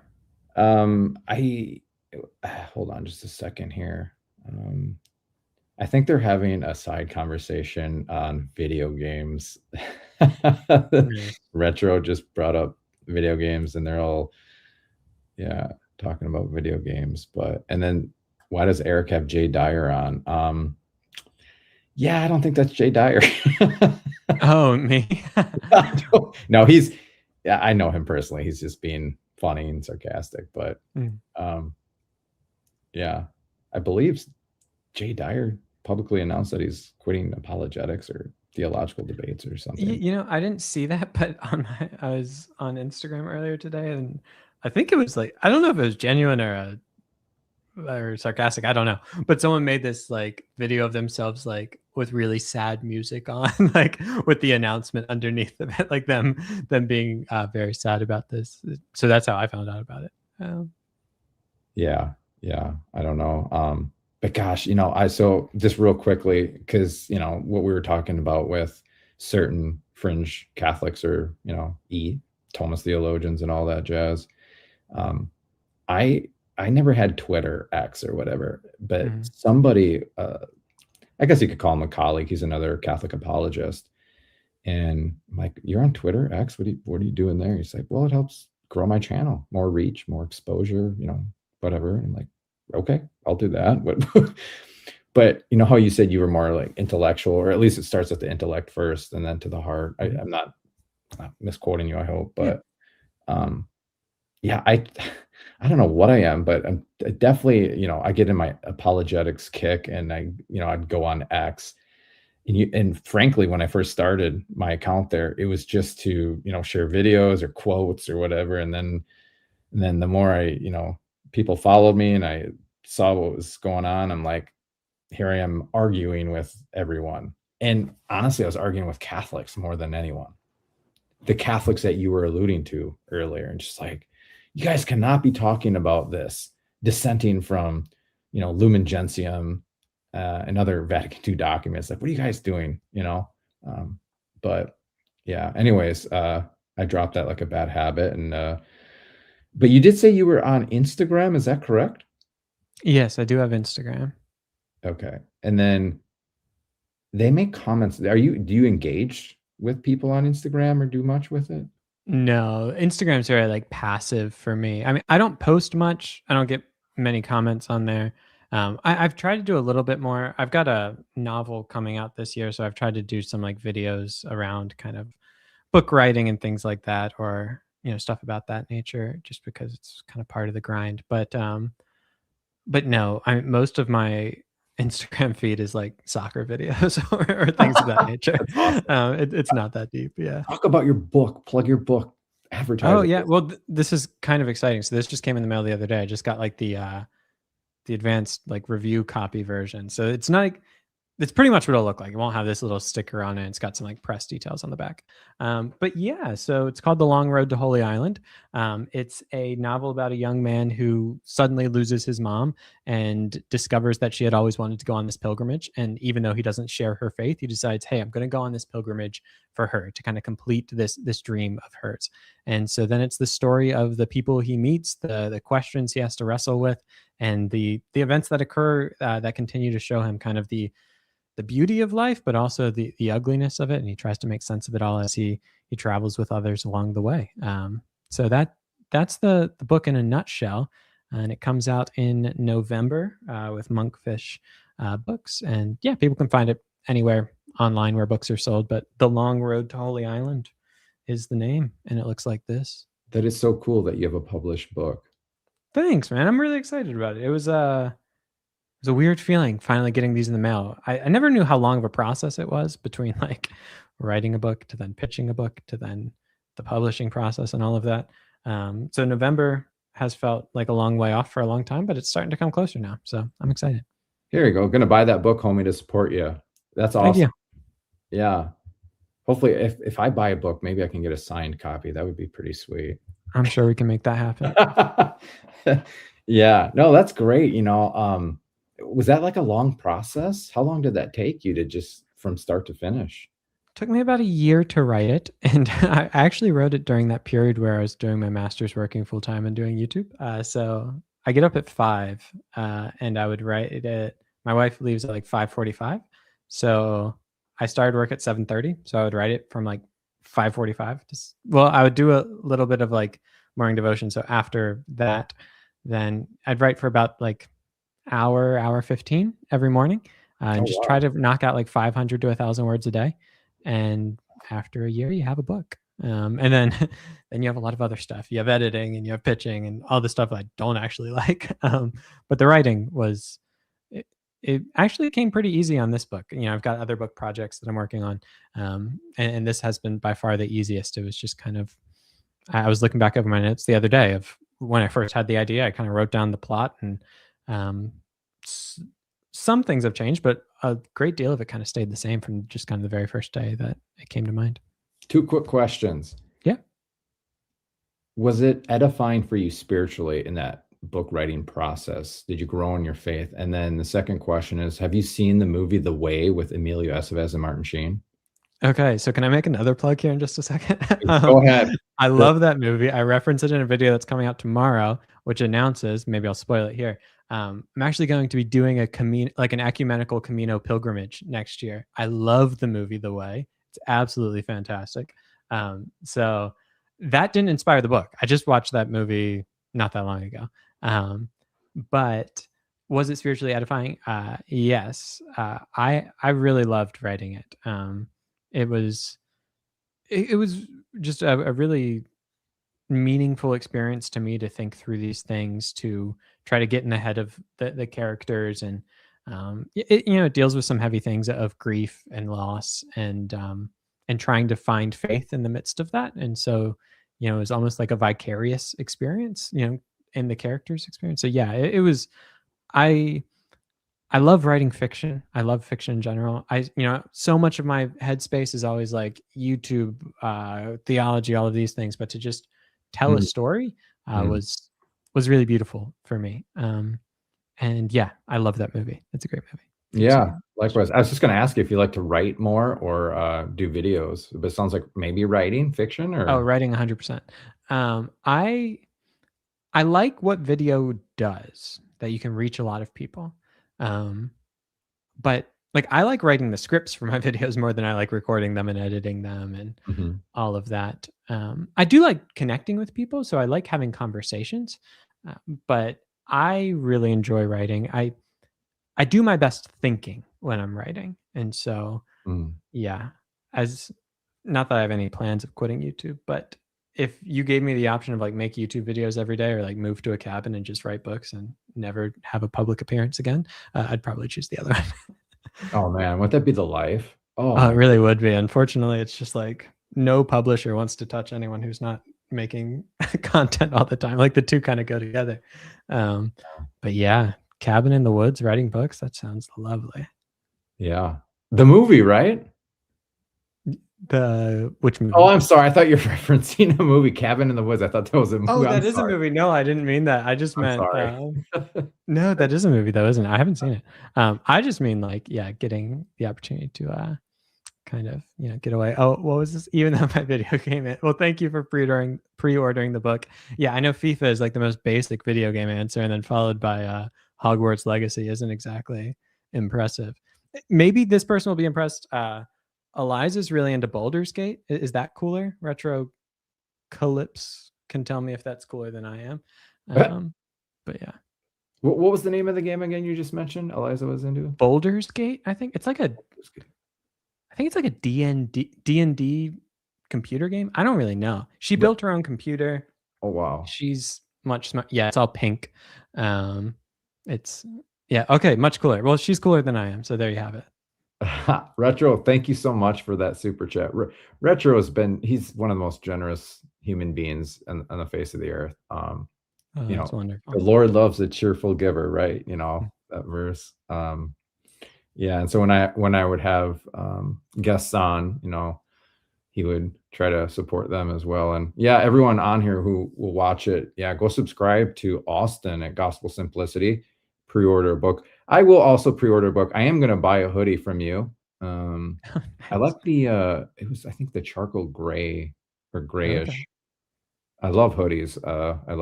And They're so comfortable. That's what oh, I like about being a YouTuber is I don't actually have to I went to my dad's retirement party today and I had to put on like slacks and a nice shirt. As soon as I got home, it was back to a t-shirt. oh yeah, dude, that's for the birds, man. We got to Yeah. just relax and take it easy. And I think I've dressed up once for a video. I wore a sports jacket. I didn't wear a tie. I just couldn't do it, man. I'm No, not I wearing can't be a tie. bothered with I'm not that. doing that. It's it's like you're trying too hard or something. Like I'm not wearing a tie. No, no. Yeah, we're definitely on the same page for sure. Um, it's Gospel Simplicity. I'll put a link in the description after. Um, But yeah, Austin yeah, he's the real deal, man. He's a good human being. Actually, this is kind of funny. So I don't know if you do polls or like post on your community page on YouTube, like asking your Mhm. subscribers questions or voting or quiz or whatever. But I was on this, I was polling everyone like, who's your favorite apologist, or who's going to convert Oh, to this, yeah. or who's the holiest this, or what, just to have fun. I'm not like, Uh-huh. and let me go here. Oh, hold on a second. I didn't want to do that. There we go. Who is the holiest Protestant Christian? 1,000 people voted, Austin. A Wow, 1,000 people. man. Well, it's very kind of them. I have to apply my own rule of, live by the sword, die by the sword here, but I do appreciate it. Yeah. No, it's true, man. Humility is truth. We got to stay humble and pray to be more humble, obviously. But God has definitely given you a good temperament and disposition and the grace to, be meek and charitable and ecumenical, and it's a great witness.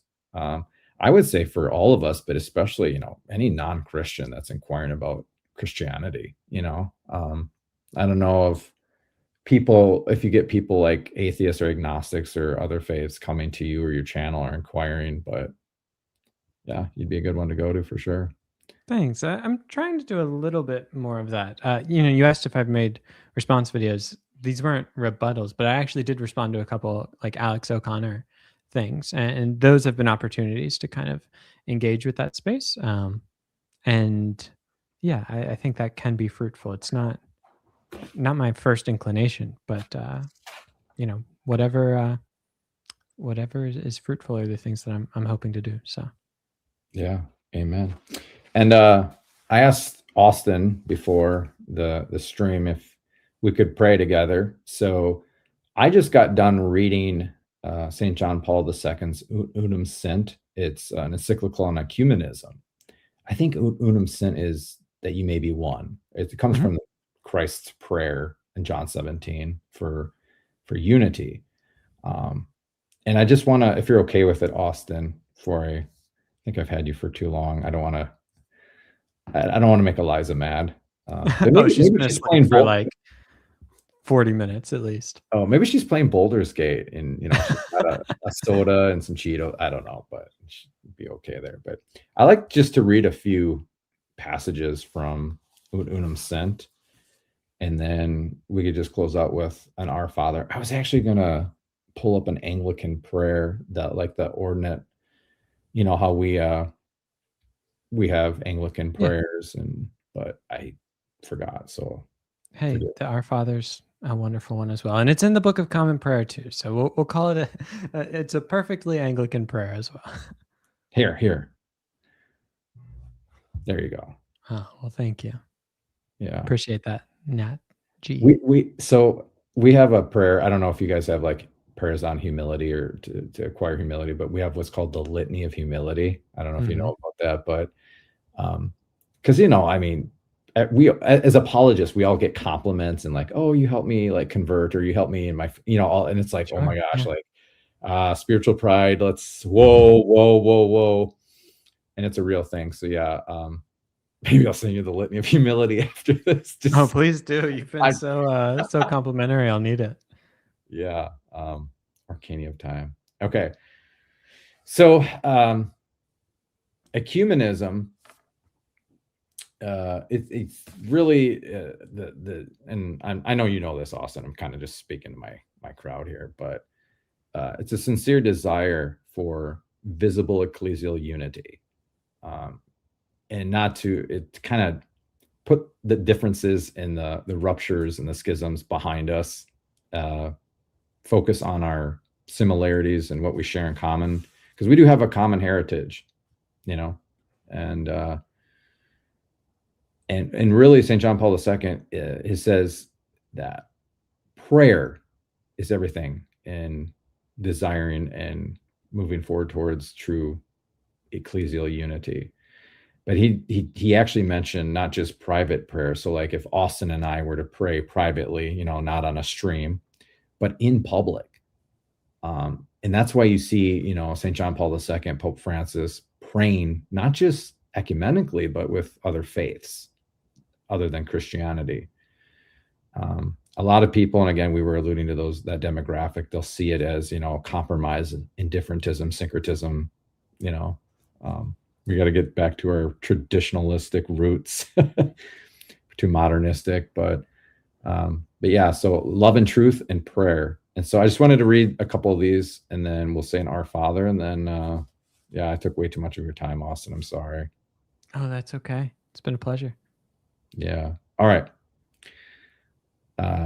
So St. John Paul II, this is paragraph 21, Ut Unum Sint. He says, quote, love is the great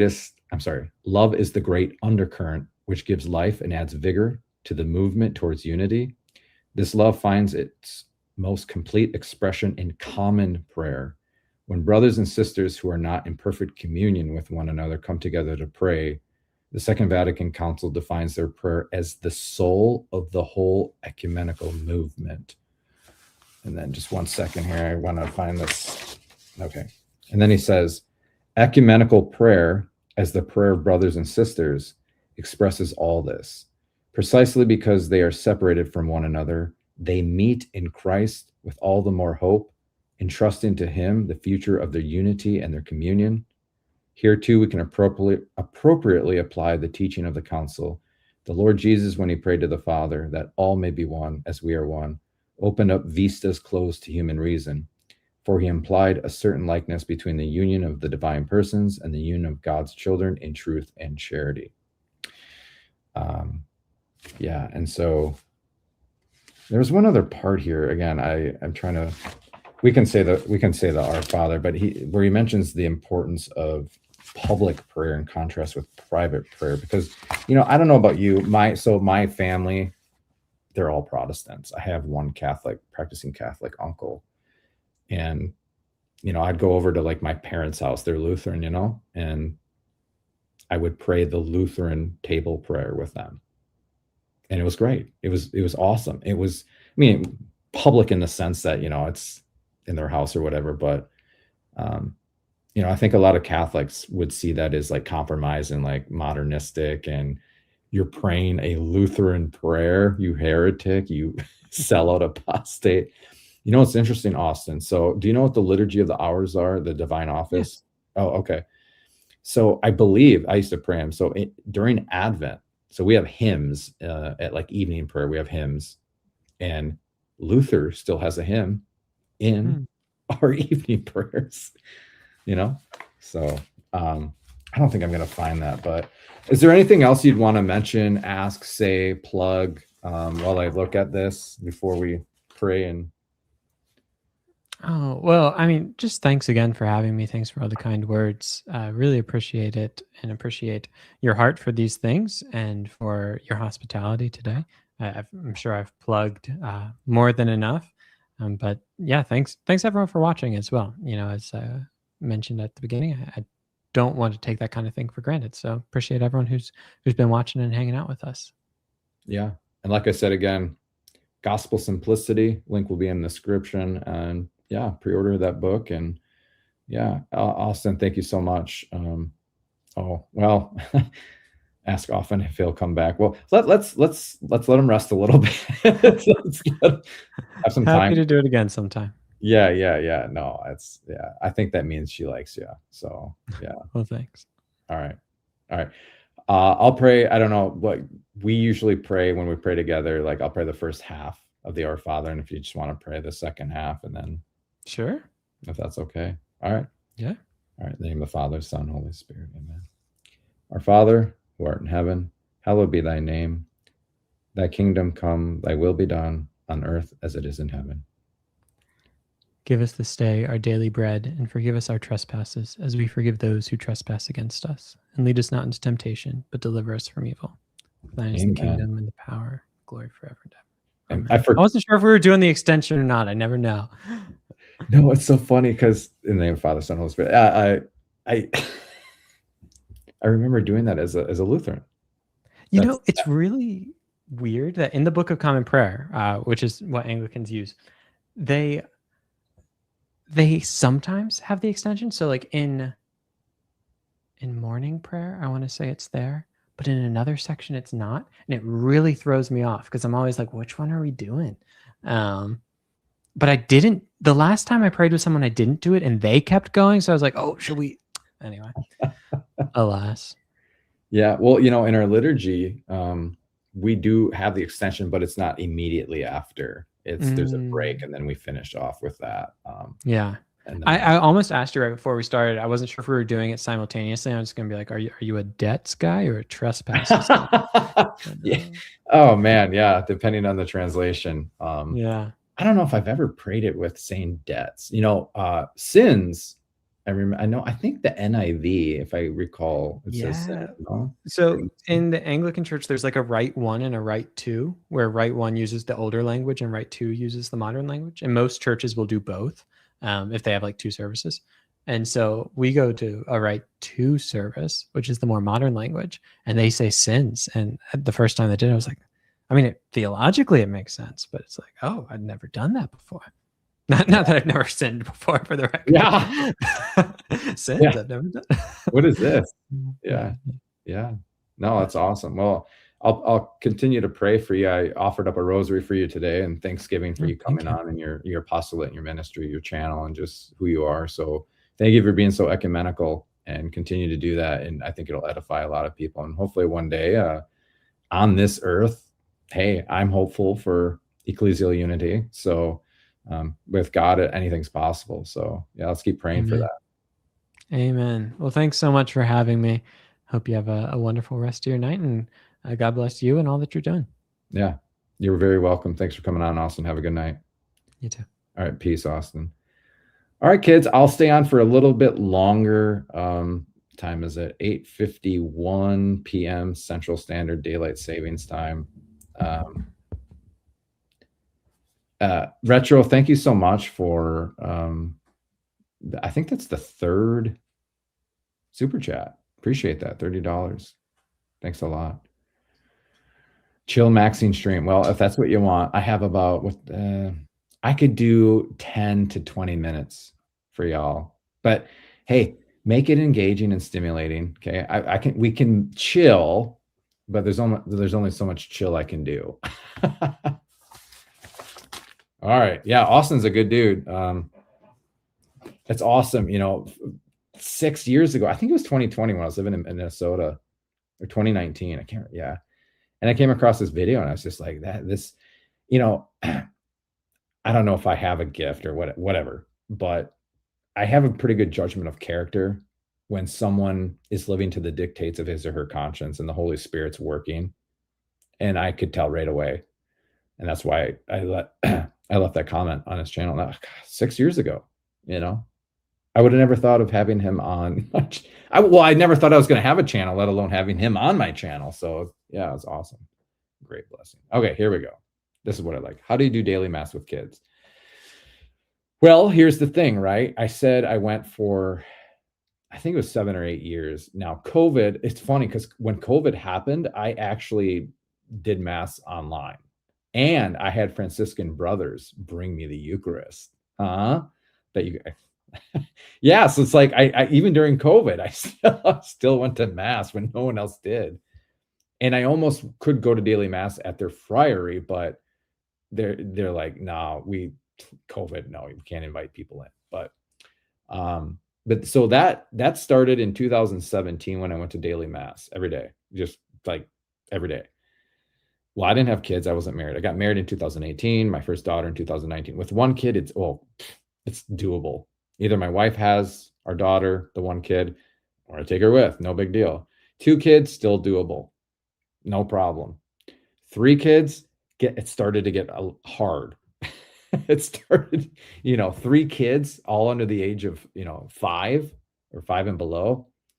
Cry room, even in the cry room, it's like, oh my gosh, I can't even pay attention. I can't even get into it, Well, now the 4th was born. Well, I haven't been able to go to daily mass. It's been a cross, but because of our 4th child and my wife, needs me. Your vocation comes before daily mass. Your spouse and your kids come before daily mass.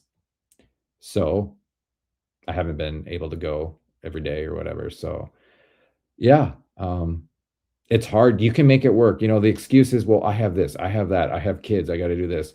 I mean, unless there's something like really preventing you from going, you can go. Now, depending on your diocese and the size of or the churches that you have and how many masses are offered daily. Some, like I'm in a diocese that a lot of the churches, not a lot, but most have 2 masses a day, one in the morning, one in the afternoon. There's one at noon. So really I could go in the morning, at noon, or at 5:30. So yeah, there's really not a lot of excuses unless, your vocation's calling you away. 2 pews up for me. A couple has 15 children and one on the way. That's 15 children? Bro, that's I can't even what? I can't even fathom that. I have 4 and it seems like I have 20 kids. Our 4-year-old's worth about 2 kids because she's, man. You mentioned spiritual dryness. I guess when you got to that point, it's a good thing. That means you're doing God's will, and then well, okay. So yeah, that's St. John of the Cross, St. Teresa of Avalite, St. Teresa of Avila. So it's interesting that Carmelite spiritual, so like the purification of the senses, right? That spiritual dryness, the dark night of the soul, is meant for perfection of charity. And St. Teresa of Calcutta apparently went through it for decades. Decades. She felt like God didn't exist. Likewise with St. Teresa of Lisieux, she went through a battle with atheism, like God didn't exist. I don't know if I don't know. I think mine has a little more to do with like some attachments that I've had and some spiritual regression. So I don't think I don't think I have the St. Teresa of Calcutta spiritual aridity, but whatever. Oh, nice. Number 8. Wow. Populating the kingdom of God. Yeah, she did. Yeah. Yeah, it's no joke. It's no joke. Well, you got to be careful of spiritual consolations because they're very transcendent and mystical. They're very it's not even emotions. It's something that you can't describe, and you can become attached to them. You can have spiritual vainglory, spiritual lust, and gluttony. So extraordinary graces and consolations, when you're seeking those as an end in and of themselves, it's a problem. So God will take them away from you so you don't, idolize your consolations. Saint Damien. I think so. I don't know too much about him if I have. Thank you. But it is a time for protecting. Sorry. I should probably get off pretty soon. I'm like, oh, perfecting your interior life. But is it a time for perfecting your interior life? Yes. I'm trying to be like, I don't know. I honestly don't know. Self-knowledge, examining the conscience. I don't know. I don't know if like that's the stage I'm in. I have no idea. I really don't. Oh, nice, Bronca. Thank you so much. Found a local church that has mass every Wednesday night. So been going to that for the last month. Been a massive help. Even though my 2 kiddos come while wife looks after the youngest. There you go. You can make, oh, well, here, before I was even Catholic, or was I confirmed? No, I was confirmed Catholic. I'm sorry. That's how I started. So before I went to daily mass, I went, obviously every Sunday and Holy Day of Obligation. I'd go every Wednesday night after work. I'd go every Wednesday night and then go home. It's all habitual. It's all routine, but you don't want to make it like rote and vain in that sense. But if you get in the routine of like, I go to daily mass every day or whatever, I pray the rosary every day, you're going to do it if you will it and you get in that habit. You know what I mean? Thank you so much, Bronca, for those Aussie dollars. We love the Aussies. Would it be okay to pray for my wife, kids, and rest of families? I'm the only Catholic. Of course. We can say a prayer at the end of the stream. We can say Our Father, Hail Mary. Wait, RJ, so I'm confused. So you go to mass every week? But you're not Catholic yet. So are you still inquiring? Are you on your journey? How's that going? Yes. I'm not making an excuse, but our 4th child really put a fork in things. If that makes any sense. It just did. And remember, your salvation lies in your vocation. But yeah. Guys, like the stream? No? Let's see, how much did we make here? 10, 20, 30, 40, 55. Nice. Well, yeah, I appreciate the super chats a lot because why? I don't know if you guys remember, but I'm kind of taking a hiatus on this channel. I'm I'm doing this because Austin and I agreed to it, and I wanted to really do it with Austin, this collaboration stream. But yeah, I'm not making videos for this channel. I'm doing other things, that other channel that I have, and then working on my master's thesis and just, yeah, chilling out. Oh wow, 40-hour adoration this weekend. That's awesome. Yeah, we have perpetual adoration. I have a holy hour every Thursday. I've had it for, I don't know, 4 or 5 years, but yeah. Still on a journey. I go to mass at a Coptic liturgy, still learning it's common. Great, great. Yeah, no pressure, man. We're here to help, but just maintain that peace of mind and just pray and trust in God and your conscience. Okay, see, Billy, no, that's what we don't do here. We don't tell people to do that, but I know you mean well. How to be Catholic, yeah. Okay, Billy, you mean well. So yeah, it's right, no commitment, like it's not pressure. It's just you can just go there for inquiring and yeah, I get what you're saying, but parish by my job at school is a process of having 24/7 I finish the chapel. Hood Red, what is the score of the game? Is it halftime? What are you doing in here, boy? What are you doing in here? Huh? What's going on? 13 people in here. Where is everybody, guys? Echoes came in here for a hot minute and then left. Yeah, I'll probably go here in about 5-10 minutes, unless we get like 70 people in here.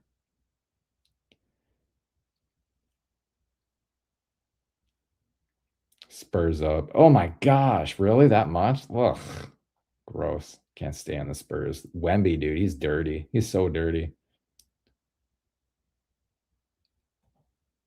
Oh, the piracy question? Yeah, we were all in Discord telling him to ask that. I mean, guys, you could nuance the piracy question to death. To death.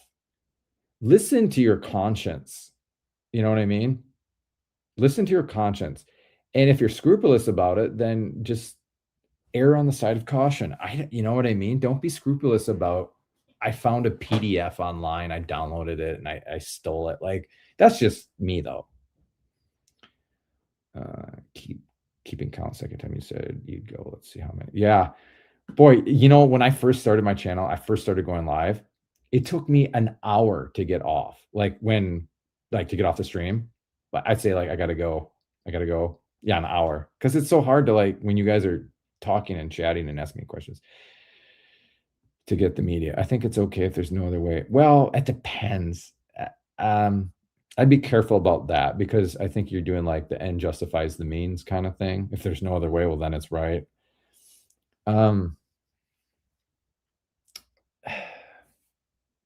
It's like this. Do you guys, okay, Retro, do you remember Napster and LimeWire? Do you remember those? When we would download MP3s and not so good stuff off those things? Those were sharing. They were sharing. I mean, yeah, fine, they're copyright material, okay, but you're literally sharing. So think about it this way: you buy a CD, guys. We're boomers, Retro and I. You buy a music CD, right? You can rip it onto a CDR and give it to a friend. Are you telling me that's piracy? Or that's, you can't just do mass distribution for profit. You know what I mean? If you're sharing material that you've bought or that you got as a gift, I don't know. You know what I mean? So when you go online and there's a PDF online, it's just it gets hard for me. Wait, what just happened? Are we still live? My gosh, what the heck? Are we still live? Someone say something. I think we're still live.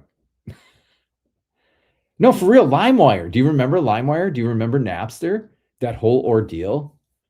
Gosh, didn't they go to the Supreme Court over Napster? Remember Metallica, Lars Ulrich, whining about that? Oh, they're stealing all of our music, blah, blah, blah. Oh my gosh, Lars Ulrich. What a, anyways. But it's where's the line between sharing and stealing online? Because remember, we're talking about online. So intellectual property that's online. How remote or proximate are you in the, obtaining this copyrighted information? So for instance, if you went to someone's website and I don't know, they had a book and it was you pay for it and you have the Kindle access to it, but only so you don't have a PDF, you can't disseminate it, whatever. But somehow you just type it all out, make a PDF, put it online for download. Okay, more proximate. But if you go online and you Google a work, a treatise, whatever, you Google someone's copyrighted material and it happens to be there, whether you know that it's copyrighted or whether you're naive about it, I mean, come on, I don't know. It's hard. It's hard for me, but looks like we're live. Okay. Brother, let's have a convo about Napster. I agree with Metallica as a musician myself. Oh boy. Yeah, I mean, well, what you tell me what your thoughts are on Napster, and then we can go from there. I'm willing to be corrected on this. Absolutely. It's a right to ownership, similar with the right to repair without breaking warranty.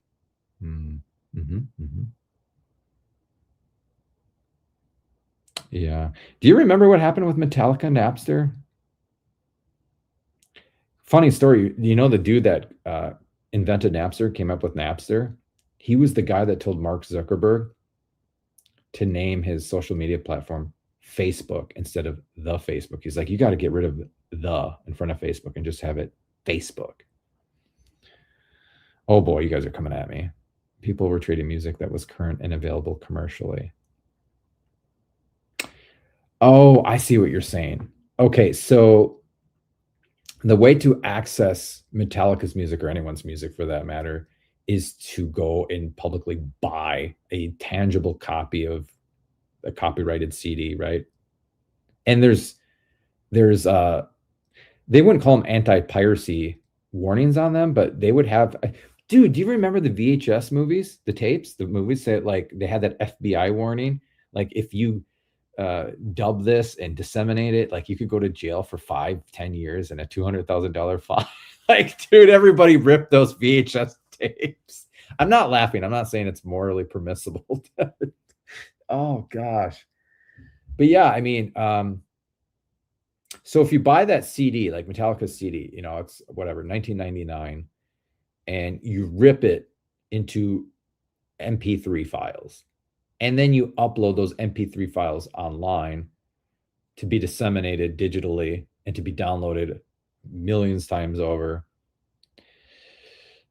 Okay, so the person doing that, copyright infringement, yeah, okay. So then the people that are using this medium to share and download, how culpable or proximate are they in that theft?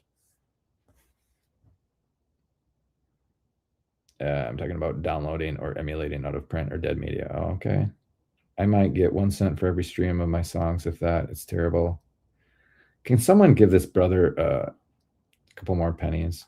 The FBI warning was only if you sold it, not sharing it. Is that what it was? See, okay, so, okay. Again, I'm not well read in the litigation of these cases or whatever, or the precedents of law or what. Okay, so selling it, disseminating it, right? Or sharing it. There's a stark contrast there. So I don't know. How can you share it? To what extent? Hey, I like the profile. You mean the profile pic? Thanks, appreciate it. Is Pope Splainer still in here? He made a comment on my profile pic. And it's funny because I was going to use his. I got permission to use his because I thought it was entirely based. But I actually made my own. So if Pope Splainer ever gets back in here, I made my own. Bands don't make money off albums anymore. Now it's relentless touring, meet and greets, and merch. And selling their souls to the... no, I'm just kidding. Yeah, well, how about YouTube and Vivo or whatever? Think about how much... I think... You know how much you get for 1 billion views on a music video, like Vivo, YouTube, or whatever? I think for every 1 billion views, you get $1 million. I could be off on that. I don't know. Someone told me that. I'm like, my good gravy. Go YouTube, right? I used to work in intellectual property law. It has to do with profiting from it and giving proper credits. Hey, see what's profiting versus sharing. There's a distinction. I mean, you could do both as well, but I mean, if you're not making a profit off of it, yeah, I don't I'm not going to scrupulously, like, if I get a PDF on Google, yeah, I think I'm okay. All right, guys, unless you got something real juicy or really good, I should plug my other channel, How to Be Catholic. What else can I plug?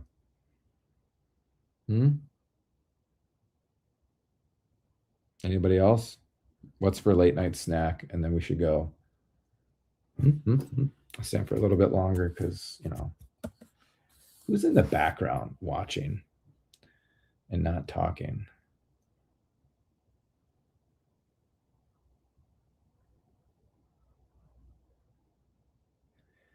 All right. Well, you guys are kind of mum. I'm not your lawyer or giving any legal advice. Judge Judy, baby. Remember Judge Wapner? Any millennials or boomers? Judge Wapner? Anybody? Well,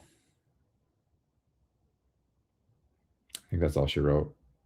What videos are in the works for How to Be Catholic? Oh gosh, I made a list actually of topics, ideas. I'm trying to think of one. You know, the ones that get a lot of views on that channel are like how Scripture is Catholic. Anything to do with Scripture and Catholicism, they do pretty well. But yeah. All right, kids, I think I'm going to go. We got 12 people in here. Of course, it's 3 minutes to Wapner. Yeah, buddy. The People's Court. You got to remember the song? A kick in the... You got to be Judge Wapner to like this guy. Oh, I can't think of it. All right. I got to go, guys. The viewers are dropping off real fast. Real fast, like.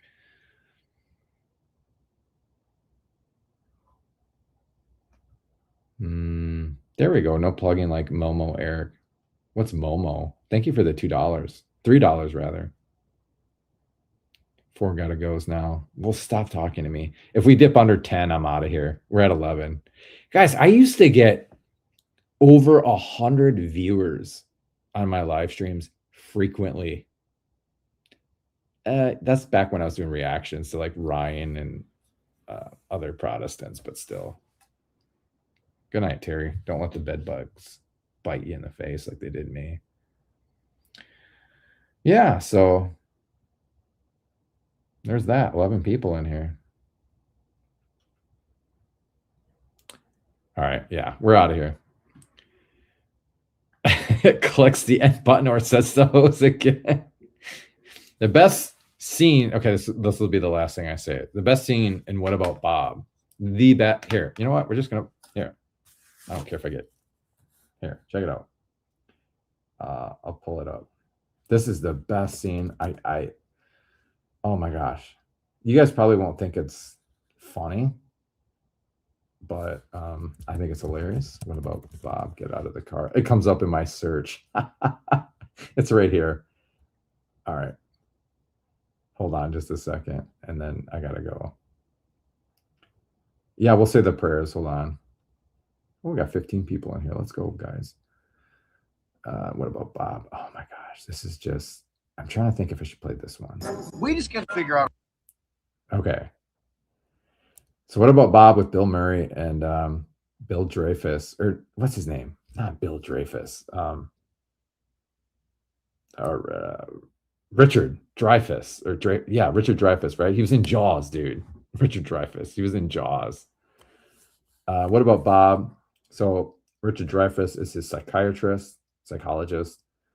Bob is just like this neurotic, scrupulous, agoraphobic, just, yeah, has problems. And so Bill Murray's character finds his psychiatrist out at his vacation home. He's on vacation for a month and just like ends up staying over at his place and going all over the place with him. This is my favorite scene from this movie. Sorry about the quality, but when Richard Dreyfuss gets out and he goes around the car, opens up Bill Murray's door and says, "Get out of the car! Get out of the car! I got my locker! Get out of the car!" Here, hold on. How do I get this off? Sorry. Way to work around your schedule. Could we work afternoons? 2 to 4, 3 to 5, Monday, Wednesday, Friday, Saturday, and Sunday?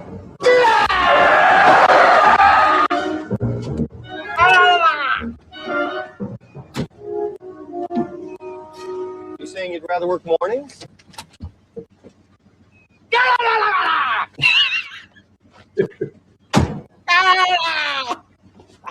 Sorry. It's a combustible relationship, isn't it? Here, Is one it more just time. you? Hold on, hold on. Things? I should here. Hold on. Let's see what he's saying. Actually, Gah! You saying you'd rather work mornings? The closed caption can't even pick it up. Guys, when I put my put my daughters in the van, right, and then we go somewhere and then we get out, I open the sliding door and I'm like, ah! You saying you'd rather work mornings?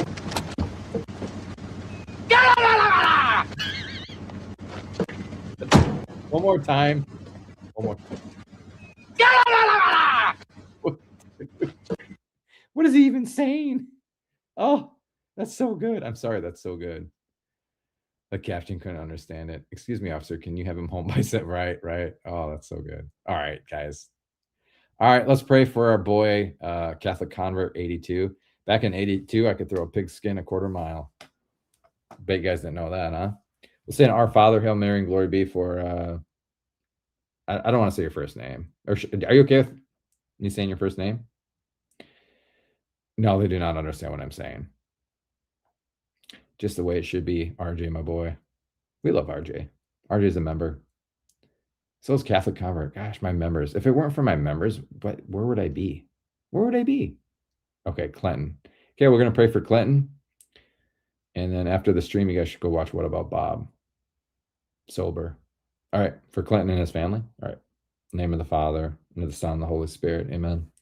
Our Father, who art in heaven, hallowed be thy name. Thy kingdom come, thy will be done on earth as it is in heaven. Give us this day our daily bread, and forgive us our trespasses, as we forgive those who trespass against us. And lead us not into temptation, but deliver us from evil. Amen. Hail Mary, full of grace, the Lord is with thee. Blessed art thou amongst women, and blessed is the fruit of thy womb, Jesus. Holy Mary, Mother of God, pray for us sinners now and at the hour of our death. Amen. In the name of the Father, and the Son, and the Holy Spirit. Yeah, man, we're here for you, Clinton. I was in that situation when I was going through my conversion. So just remember, Jesus Christ in the Eucharist is worth more than, I'm not trying to denigrate family members, but you know what I mean? That's where your heart is forever, in the Sacred Heart of Christ. And yeah, just, pray and suffer for your family. That's all you can do. Never proselytize. I know you know that. I'm just saying that out loud. Yeah, boy.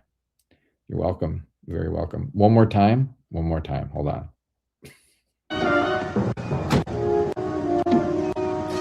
You saying you'd rather work mornings?